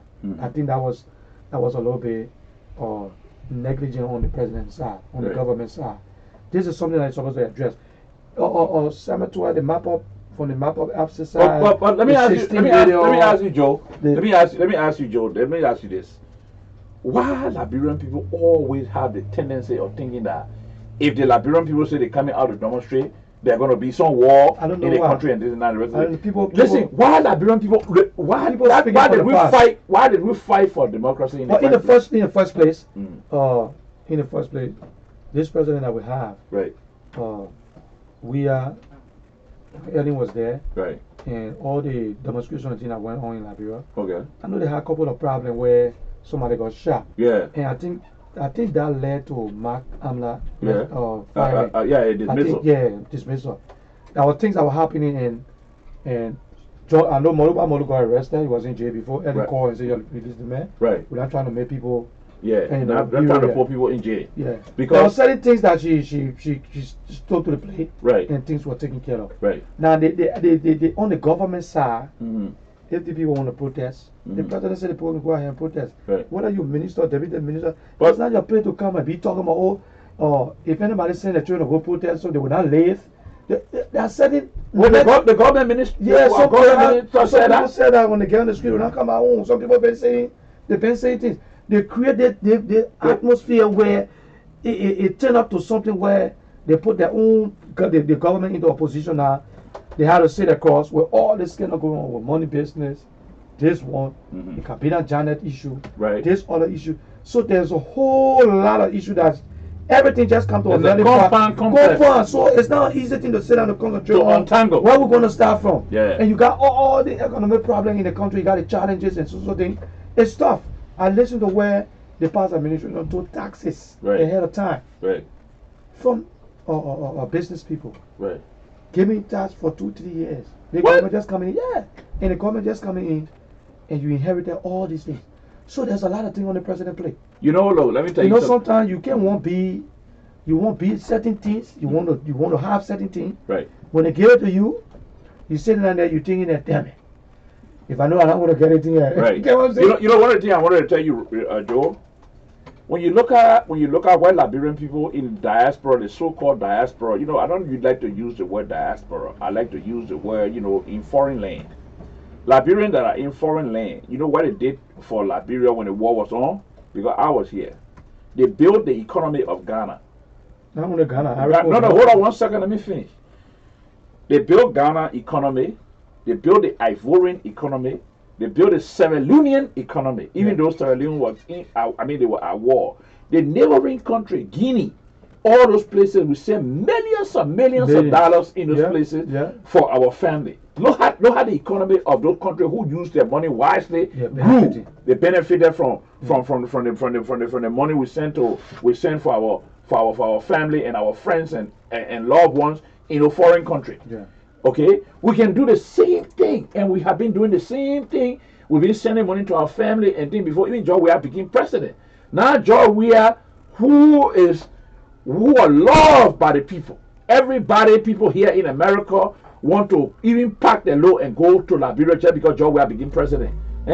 You want to tell me if George Weah really meant business to try to bring the people together and say, "Look, gentlemen or ladies and gentlemen, let's come together and build our country in good faith." He talked about he was going to weed out corruption. Yeah. But corruption is at the highest peak. One of the things that really bad for me, Mr. Anderson, is the fact that those people that was accused, Ellen Johnson Sirleaf called George Weah according to them and said, well, they will release her son. No, they release him on a Okay, they release him on a bond, but the thing is, these people were accused, and I think if he called for speedy trial of these people who they claim took the Liberian people money, that would be some of the credit they would give his government and stuff like that, because corruption is one of the things that have drained Liberia. Yeah. Yeah, call out your name and where you calling from. Hold on 1 second. Hold on 1 second. Yeah, come again. Hello? I said life getting robbed back home. Okay. All right. Yeah, life is getting rough back home. Yeah. Yeah, everybody knows that. Because I don't know whether they're going to wait till the protest go on, but I think the protest is heavier than the result. Okay. Why you say that? Yeah, why you say that? The protest is heavier than the result because we are the way we see it and how we have seen it. They are included all sub-political regions of the country. Okay. In other words, like where you say we have included all the different states Different counties that make the union included. So we have included all the counties to be included in this. So that makes the protest very heavy than the result that we're getting right now. Because they knew that Samuel Sewell was still going to resign, but that is just the piece of the iceberg. Yeah, but you're right. You're right. Because what we're looking at is when they end up to Ellen Johnson Sirleaf doorway. When they send her right to the doorway, it's right there. That's why Ellen Johnson Sirleaf right now is screaming no way. Because if Opon goes down 1 minute, Ellen will be audited right to the letter. So, caller, let me just ask you a question. Let's say George Weah decided under pressure, and he said, "Well, I'm going to resign and give your country back." Who you got to make president right away? No, he said that right now. It is easy. We are just going to request for what we call interim government. No, but why would you do that when you still have Joe Howard Taylor as vice president? No, but if you had Joe Taylor there as interim vice president, this president resigned already. It's not interim because the Constitution says in the absence of the president, the vice president should take over the country. So if the president refused to leave, Joe Howard Taylor should be the next person coming on. So why should we get interim president? Well, the Except thing the is that protester request that they don't want the whole administration, everybody, vice president, everybody should leave. Then maybe well, the military could take over and they don't no, want. the military will not even take over. The military will not even take over because first of all, we the protest they are going to establish what we call uh, civil disobedience. Okay, when you establish civil disobedience, you should know that it is great than what than what the people expect. Mm-hmm. You see, that means civil disobedience. It means that what you say while you are going out there to protest for is not coming. They are not coming to here and say, "Oh yeah, we agree to your demand." So, in order for you to leave the street, you will not then leave the street as it was intended. So you will stay in the street, and you stay in the street and it has been intended. It is called a civil disobedience, and in that way, the government will be forced to do certain things. Will be ready forced to do certain things. Okay, let it happen that the president say, "Okay, I'm forced to do this." Before he can say he's forced to do this, then they are going to have audience. They are going to have audience with the Speaker of the House and the Vice President But as to know whether or not. on a hypothetical note, you see, after the vice president is the speaker of the House of Representatives, that's the third person in line. So let's assume that because the government was elected, and the Liberian people come out through the protest and say, well, we don't want the vice president. Yeah. Let it leave. So then the next person that will be in line will be the speaker of the House of But Representatives. you see that before you go on, that's the problem we're having in Liberia. Mm-hmm. When you get in the public office, there are certain things you got to take very seriously. Mm-hmm. You cannot play with certain positions. Right. As a speaker, before you come from the CDC or you come from any party, there are times you got to try to be neutral Right. and work in the interest of the people, Mm-hmm. because you never know what's going to happen. Right. So the vice president it goes also to the vice president. Of course, the president is your president. Mm. He's your boss. But sometimes when he's not doing the right thing, you gotta pull his ears because you don't know what's gonna Sure happen. enough. But because you see the guy in I don't know which country that the guy that just had the millions and millions of dollars in the country. Oh, They took that whole group out of there. Right. The people didn't want none of them. Right. Because there's nobody you could trust. That's Sudan. Sudan. Yeah. So you see, if we Like have, Omar Bashir. yeah. So if we have that, what you see is very important for the House to be independent. The Senate got to be independent. Right. And the court. The court got to be. But they ran a dictatorship. Yeah, They ran a but you dictatorship for see, years upon years. That's the thing is you got to tune the rhetoric and you got to get away from all the negativity because you're in a position now. What happened if something happened to this president? The president don't want the president.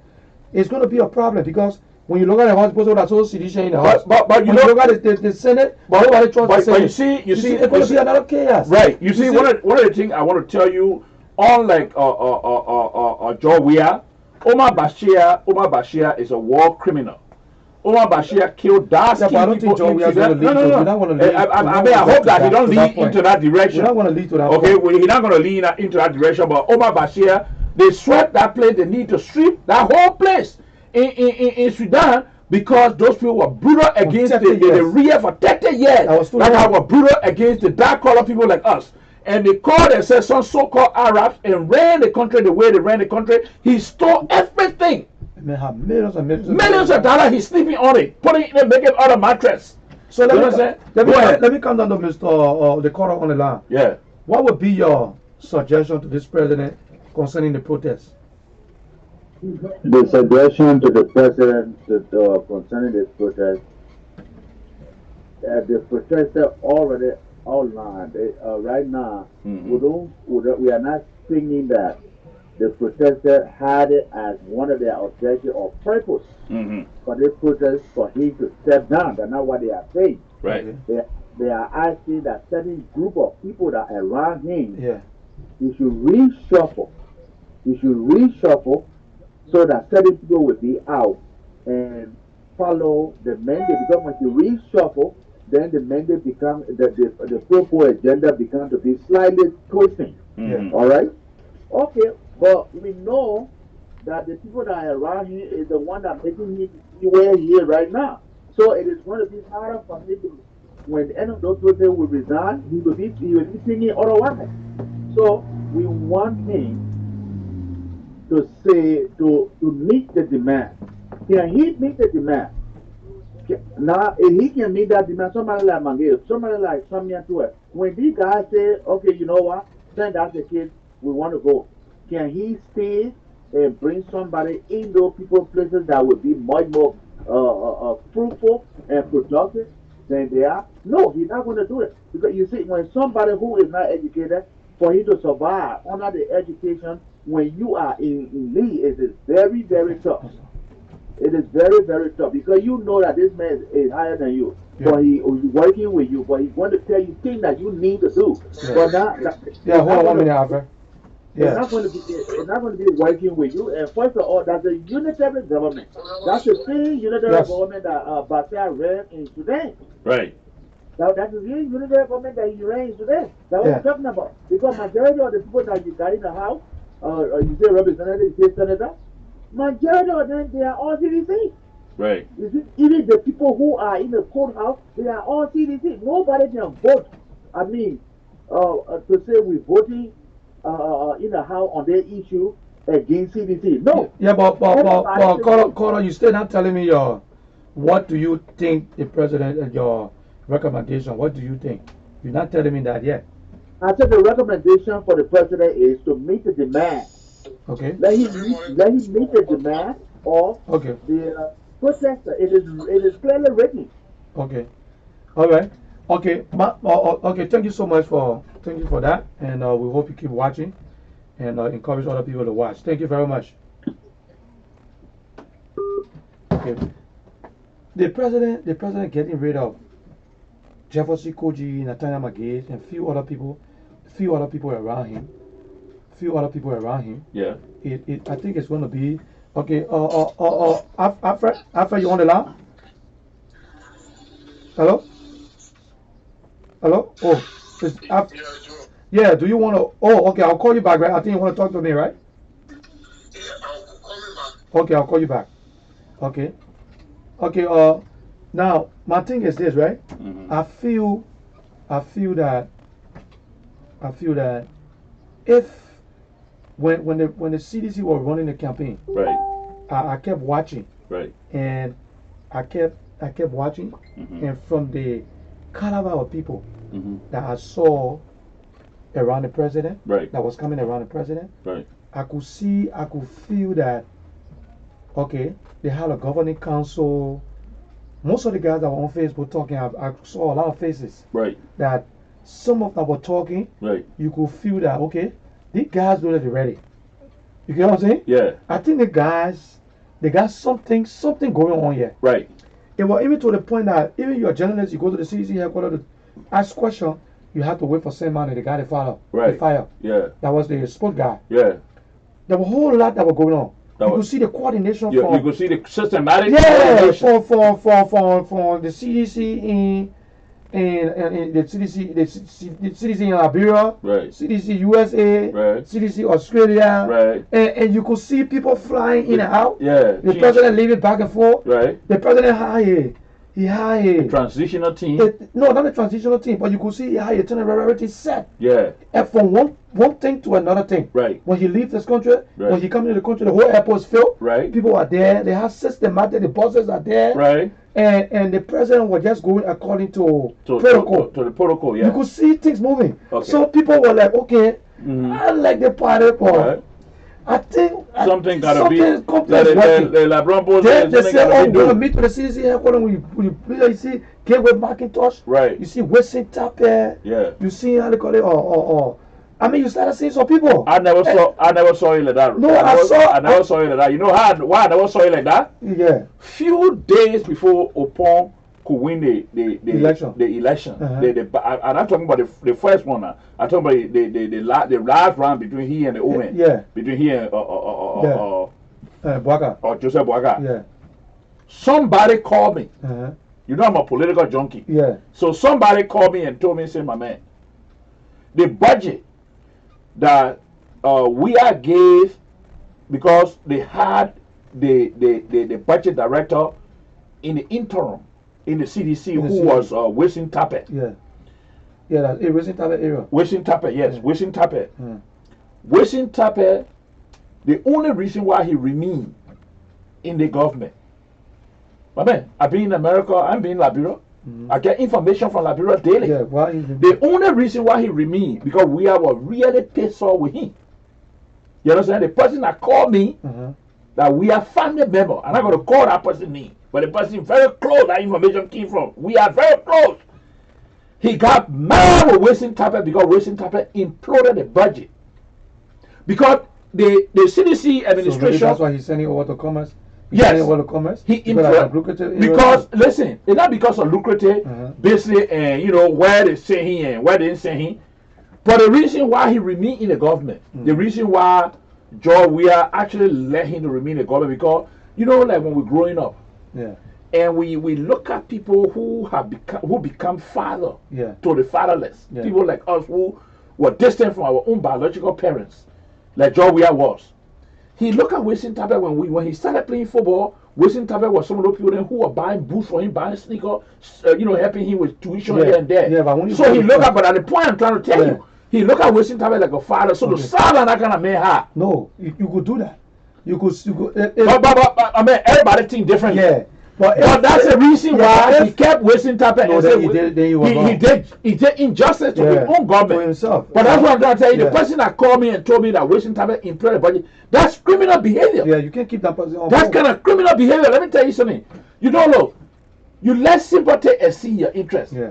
I told you a story that I had people in charge in the government that I could have left from here, and maybe two things would have happened to me. Maybe they kill me. You know, I'll be deceased now. They say, oh my man, one guy left from here, he was here, and he died. Yeah. You understand? Through the war, or maybe because I'm a smart man, Prince. Yeah. On this Sunday, King Solomon asked God for wisdom. He didn't ask God for nothing. He said, when you give me wisdom, the rest will be a history. Yeah, hold And on. that's why I am. Hold on. So, Yeah, hello, call out your name and where you calling from. But I don't know, Oh, okay, I'll call you back. I'll call you back. J2 calling. who? J2 calling. Sorry about that. One of my buddy calling me from Seattle, Washington. Okay, but let me come back to this, right? Yeah, let me come say back this to to that. you. When I saw the WEA campaign, Right, the way things were being coordinated, right, and they had a governing council and they had all of that. right. When I noticed Mm-hmm. people started leaving from the other party, Mm-hmm. and the started influx of people started coming to the CDC Right, because they let people sense that listen, the other party they're not going to win. I think the guy got the thing. right, They got going to win. And after certain time, he will bring everybody into the CDC headquarters. Right. When he come in, you see all the guys are there. right. When they show the room, I'm looking at the guys. I say, wow, I think we are ready to do something. Oh. Yeah. But I'm looking at it, and To me, they get a problem there. no, let me finish now. Mhm, And I'm finish. looking, I'm like, the way I see things here, Mm-hmm. and I listen to Ronnie see it. Right, Ronnie, they ask Ronnie see a question. They ask him, they say, what you think about we are presidency? Ronnie say, yeah, mature. From what I'm seeing, right, I think the Unity Party shouldn't underestimate we are. right, Ronnie see said that. right, I was like, okay, if the guy is a journalist and he's saying this, right, something wrong somewhere. right, Something is wrong somewhere. right. Then I started seeing some of the guys leaving from here, and leaving from here, going to Liberia. People started leaving, and so I was like, but you know what? That guy look there, he ready for. The only place I got You thought you were ready for prime time. Yeah, the only place I got confused Mm-hmm. when the first list of appointment came out. Right, I was like, okay, now the first list. right, Then the second list came out. right. I was like, something not right yet. Yeah. Because some of the names I was expecting to be on that list were not on that list. No. Then when I looked, the 10 list that came out, you had to do with the controller and the social thing, Right. and everything was finished. But you see. So I'm looking at like, okay, you know what I think? Mm-hmm. I think he wanted to probably maybe just test people for a few times, Mm-hmm. or maybe the educated guy said, listen, Right. let's give the young people the opportunity, or let's give certain people the opportunity, let them operate Right. for the first 6 months, Right. or the first 4 years or something. Yeah. Let's see what will happen. Yeah. But After the 1st month, the 2nd month, the 3rd month, when I saw some of the civilians Right. who were running campaign on the Sunday saying Right. the president would not succeed. Right. And then something happened. Something happening, yes. Something happened. But you see, it was get a, you know. So tell me about people that are you really know, running let me tell you something, Yeah. Prince. Yeah. You know, in the interior, right? I'm a bastard man, so I always like to give the little parable and dinner. Yeah. You will never graduate from high school, right? Yeah. And go in interior to your family and they will go take their hen. Normally, bastard people don't take a hen. Yeah. Female chicken. Yeah. They don't take the hen and give it to you for them to eat, you to eat. Yeah. Anytime you go in the interior and they take a hen, Yeah. and they give it to you, say my son graduated from college or he graduated from high school, It's a so big deal. let him eat a hen. Mhm. It's a problem with that hen. That hen has a problem. If that hen is a bad hen. Yeah. That hen either killing its own children or it doing something, it wasting people's rights all over the place, and every day they calling the owner, your hen and cause trouble again. Your hen and cause trouble. That's what happened to Joe Weah. Yeah. You see, the thing there is this. When you look at President Weah, as a human being, Yeah. he loved his country. Because there are a lot of people who play international soccer, right? And earn money and never return to their country. No, I don't know. Let me finish 1 second. Go ahead. Yeah, go ahead. And they don't return to their country to say, look, let me go contribute what I know. The Yeah. guy is down to earth. Weah is down to earth. But here the problem he got. Weah is stuck on the idea that all people been running Liberia, so he want to bring in young people. Yeah. Then he bring in people like Geraldine Kochi, he bring in people like Nathana Magay, and this and that. No need people. Hold on, let me finish. Maybe I'm wrong. No, I'll listen to you. But you have to mix people with experience. Ava Topa Yeah. is one of those people I look at closely. When you look at Ava Topa is a real sad guy. Real Ava Topa is a brother called Madison Topa. Ava Topa, those family, you looking at there, they got a sound. Let me tell you, that guy have been the mouthpiece for CDC for We Are Here. Yeah. He sat down, that guy, and never gave him even a dog catcher Yeah, position. but a lot of guys don't have jobs. I don't know why. I just using one person. Yeah. I just trying to use one person. Mhm. Ava Topa is one of the most clever people I ever seen. He and his brother, they are very sound people. Madison Topa may be reckless here and there, but Madison Topa key to school here. Madison Topa went to West Point. If you're looking at real educated people, then that don't mean, you know how they mean again? Government scholarship don't mean beyond true up. Government scholarship, they have never paid tuition in school. Yeah, so They have always been on government scholarship, not only him. I said using he alone Yeah. as an example Yeah. of how he could have assembled clever people or people who have followed him, people who have been in the trenches with him. and he had them. And he had them. He had a lot. He had lot of money. But because of personal vendetta, I don't know what happened between them. Yeah. But because of somebody myself discussing it, because the thing is, I don't know we are like that. He myself had never lived together before to know him like that. But I know we are from the day he was going to Muslim Congress. From Muslim Congress, he went to Elimis, Scarborough, and he went to Western and all those places there. You know what I'm saying? I used to see him from a distance. Salisa Deba is the one I know really good. Because Salisa myself, Salisa used to lead me Gambo. He used to come to the place there. I mean, I'm talking about people who play football and who became prominent in Liberia. Yeah. Salisa know me like I know my ABC. But the thing there is this. When you have these kind of people, when you have people who have been with you for all those time because of personal vendetta, you want to start on there. My man, Liberian government is not because I hate you, Prince. Yeah. If you must say today, if I ascend to a position and you are Liberian, you competent, I will bring you in not because you want to say have confusion. Yeah, but even the appointments. Right. When I don't know how he got to the point where he made an announcement where it came out that all minister, deputy minister, Right. controllers should take over to human resources. Right. So I was like, okay. Right. But I was thinking, I said, okay, if you have maybe the guys, Right. they probably know what they're doing. Right.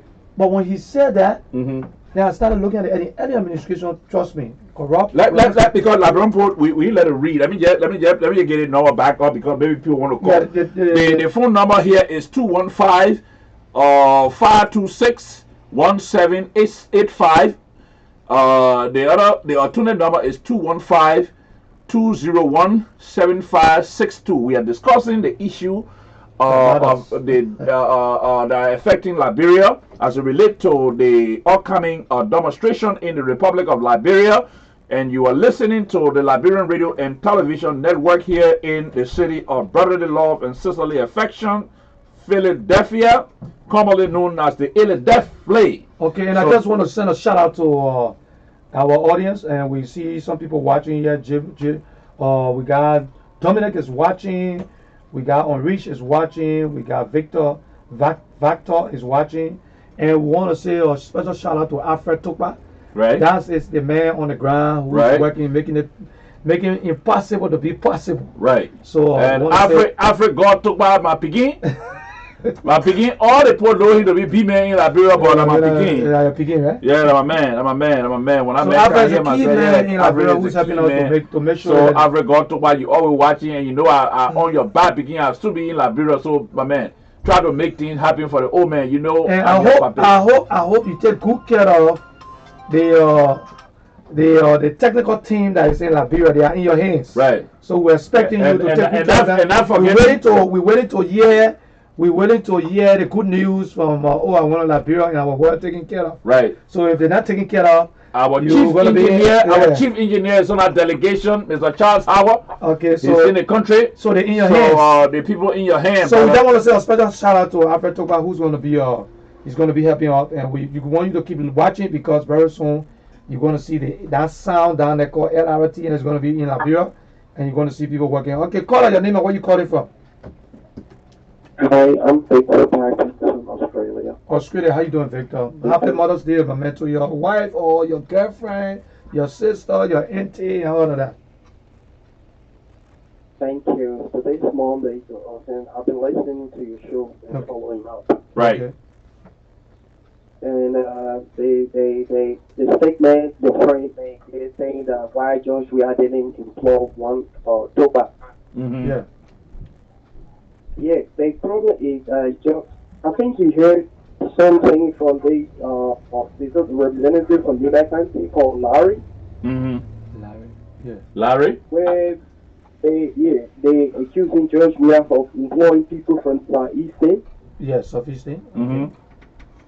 Yeah, so I don't think because somebody has to be my friend, I have to inform them. And the whole thing is George Weah is then being caught up. Because a lot of stuff, people accusing him of employing people only from the vaccine, giving opportunities to people from the vaccine. So it's too much, Mm-hmm. You can't start a government and say he's liking everyone and bringing new people in. No, you have to try and see if they fail you, and then you start employing different people. That's how it works. Yeah. Okay. You saw it there in America. Veronica Trump was in qualified for a position, but she was in the White House. Right. And later on, when they find out that she's not qualified, they get rid of her and bring somebody in. Yeah, Right. that's correct. That's how it is. Yeah. Okay. But caller, the thing there is these are people who were loyal to the Weah administration even before Weah became before the CDC succeeded in being a ruling party in Liberia. Some of the people, the guy that I just talked about, this guy was one of the most die-hard sedition. Yeah, but I want to mention Qualified. it's not about loyalty. It's not about loyalty. It's not about loyalty. We look at the qualification of the person. Yeah. Even So- if people can say what nepotism and this and that and the rest of it, but Ellen Johnson said he brought her children in the government and nobody made mistake. Nobody.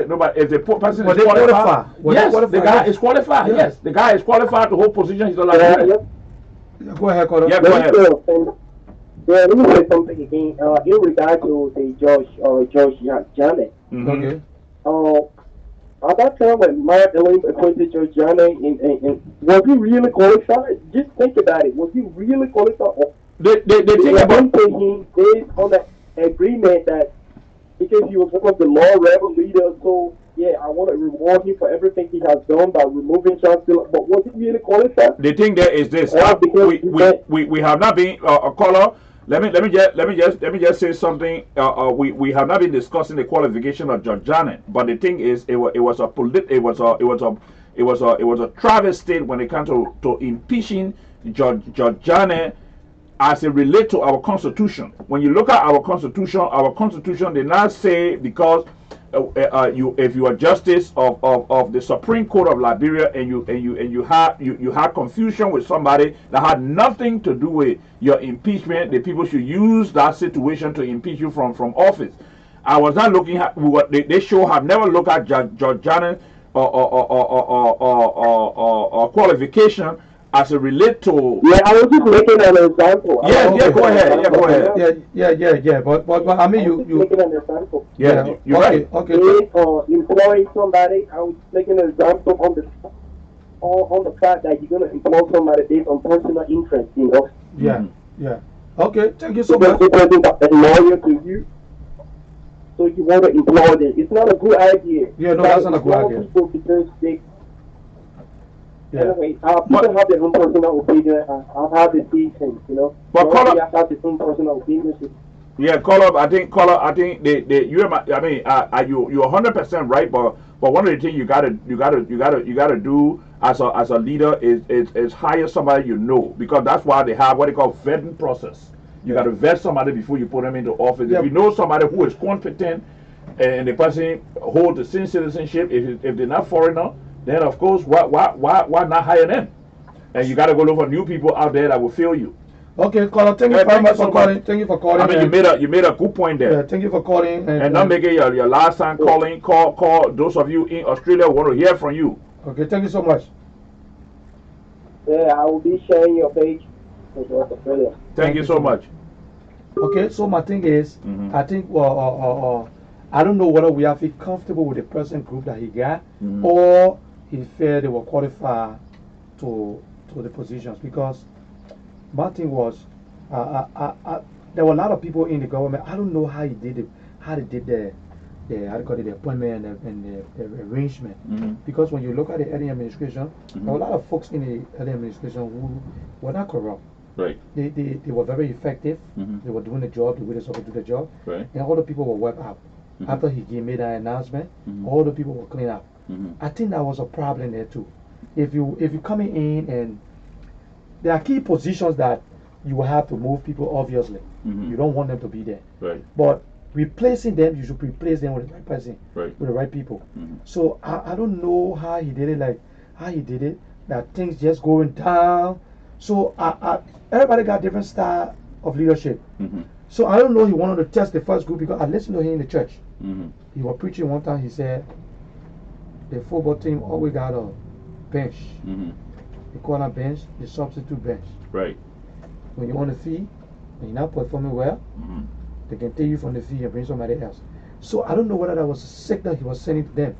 Now I try you guys to see if you guys are qualified for the positions, whether you can make some impact. Right. If you're not making an impact, there's possibility I'm going to bring other people. So the competent people that wasn't appointed, I don't know whether he wanted to come in the second half or so. That I don't know. You know, let me tell you another thing, Prince, that you have not been able to understand here. Yeah. When we were running for presidency in Liberia for the first time, right? He and Jonathan Sobey, the man that he took called Bocha. Jonathan Sobey, the man Peking. The man myself grew in Bomas. The father was in the manga, the security, the high in Boma, they call him manga. Jonathan Sobey made a claim against George Weah when Ellen was in office, and said Weah were not competent to be president for Liberia, right? Remember that. And that Weah were not educated, and this and that and the rest of it. Yeah. So he decided to talk about Weah all kind of way. Yeah. Zioka Wilson came to the defense of Weah. Yeah. And said to the people, well, he was going to go check on the university the man said he went to. Jonathan Sobey said he went to.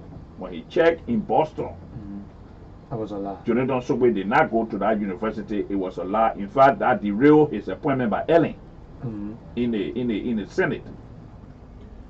So, because of that, he rewarded Zioka Wilson with the Youth and Sport Ministry. You think so? I think so. That's why he did I think so. Yes, I think so. I believe so. Just from you, just From me, your yes. perspective. From my Yeah, perspective. from your perspective. Because So you don't believe Zoga Wilson have been one of those people who are a mouthpiece. Okay. You see, the reason Well, why I brought this up. if you say that, then I want to disagree with you because Mhm. if you say Zoga Wilson was a mouthpiece, what about Alpha Tokwa who was with this guy? But that's why I'm trying to tell you. Okay, That's so- why I'm trying to tell you. I'm talking so- about personal vendetta. You gotta. You miss you. I don't. No. understand what you're saying because No. If you You say don't Zoga miss. Wilson was loyal to him, You're missing oranges and and apples. listen to him. Ava Tokpa and Joe Weah, even though Ava was loyal to CDC, he was loyal to CDC. but not Joe Weah. Ava was a kind of guy. He had a open mind when it came to politics. Ava has an open mind. Ava did not look at to. I mean, he didn't wrap he didn't wrap the leadership of CDC around Joe Weah. Yeah. And I think that one of most of the people the mistake they make.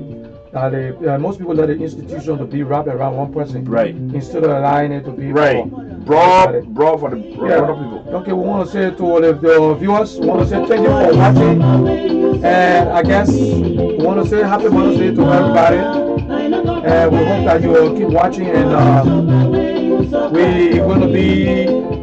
we are in Liberia already, but we just got to put things together, and we want to send a shout out to Alfred Toba again. Right. And to all the listeners in Liberia, the Liberian Radio and Television Network is there. And you got to understand that this network is being owned by the Sharing Development Foundation. Right? This is a non-profit. And we want to be able to show some of the wonderful things that Liberians are doing in the diaspora and also in the Republic of Liberia. So we want to let you know that this network belongs to every Liberian.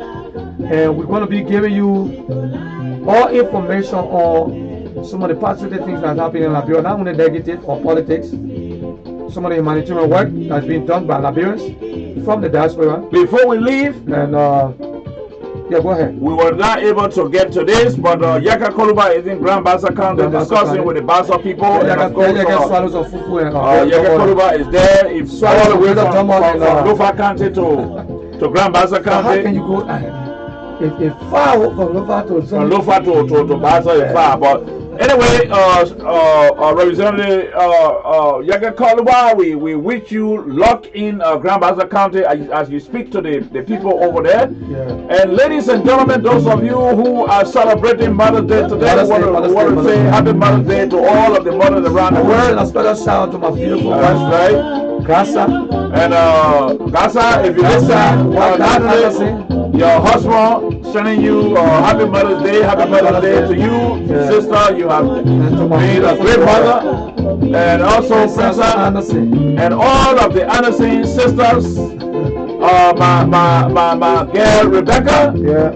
Rebecca, if you're listening, this is Mr. Cannibal saying happy Mother's Day. Happy Mother's Day to all the mothers in the Republic of Liberia who are in the villages. my daughters, And places and trying to make to my three daughters, Amma, Mamani, and of course Bianca in Baltimore, Maryland.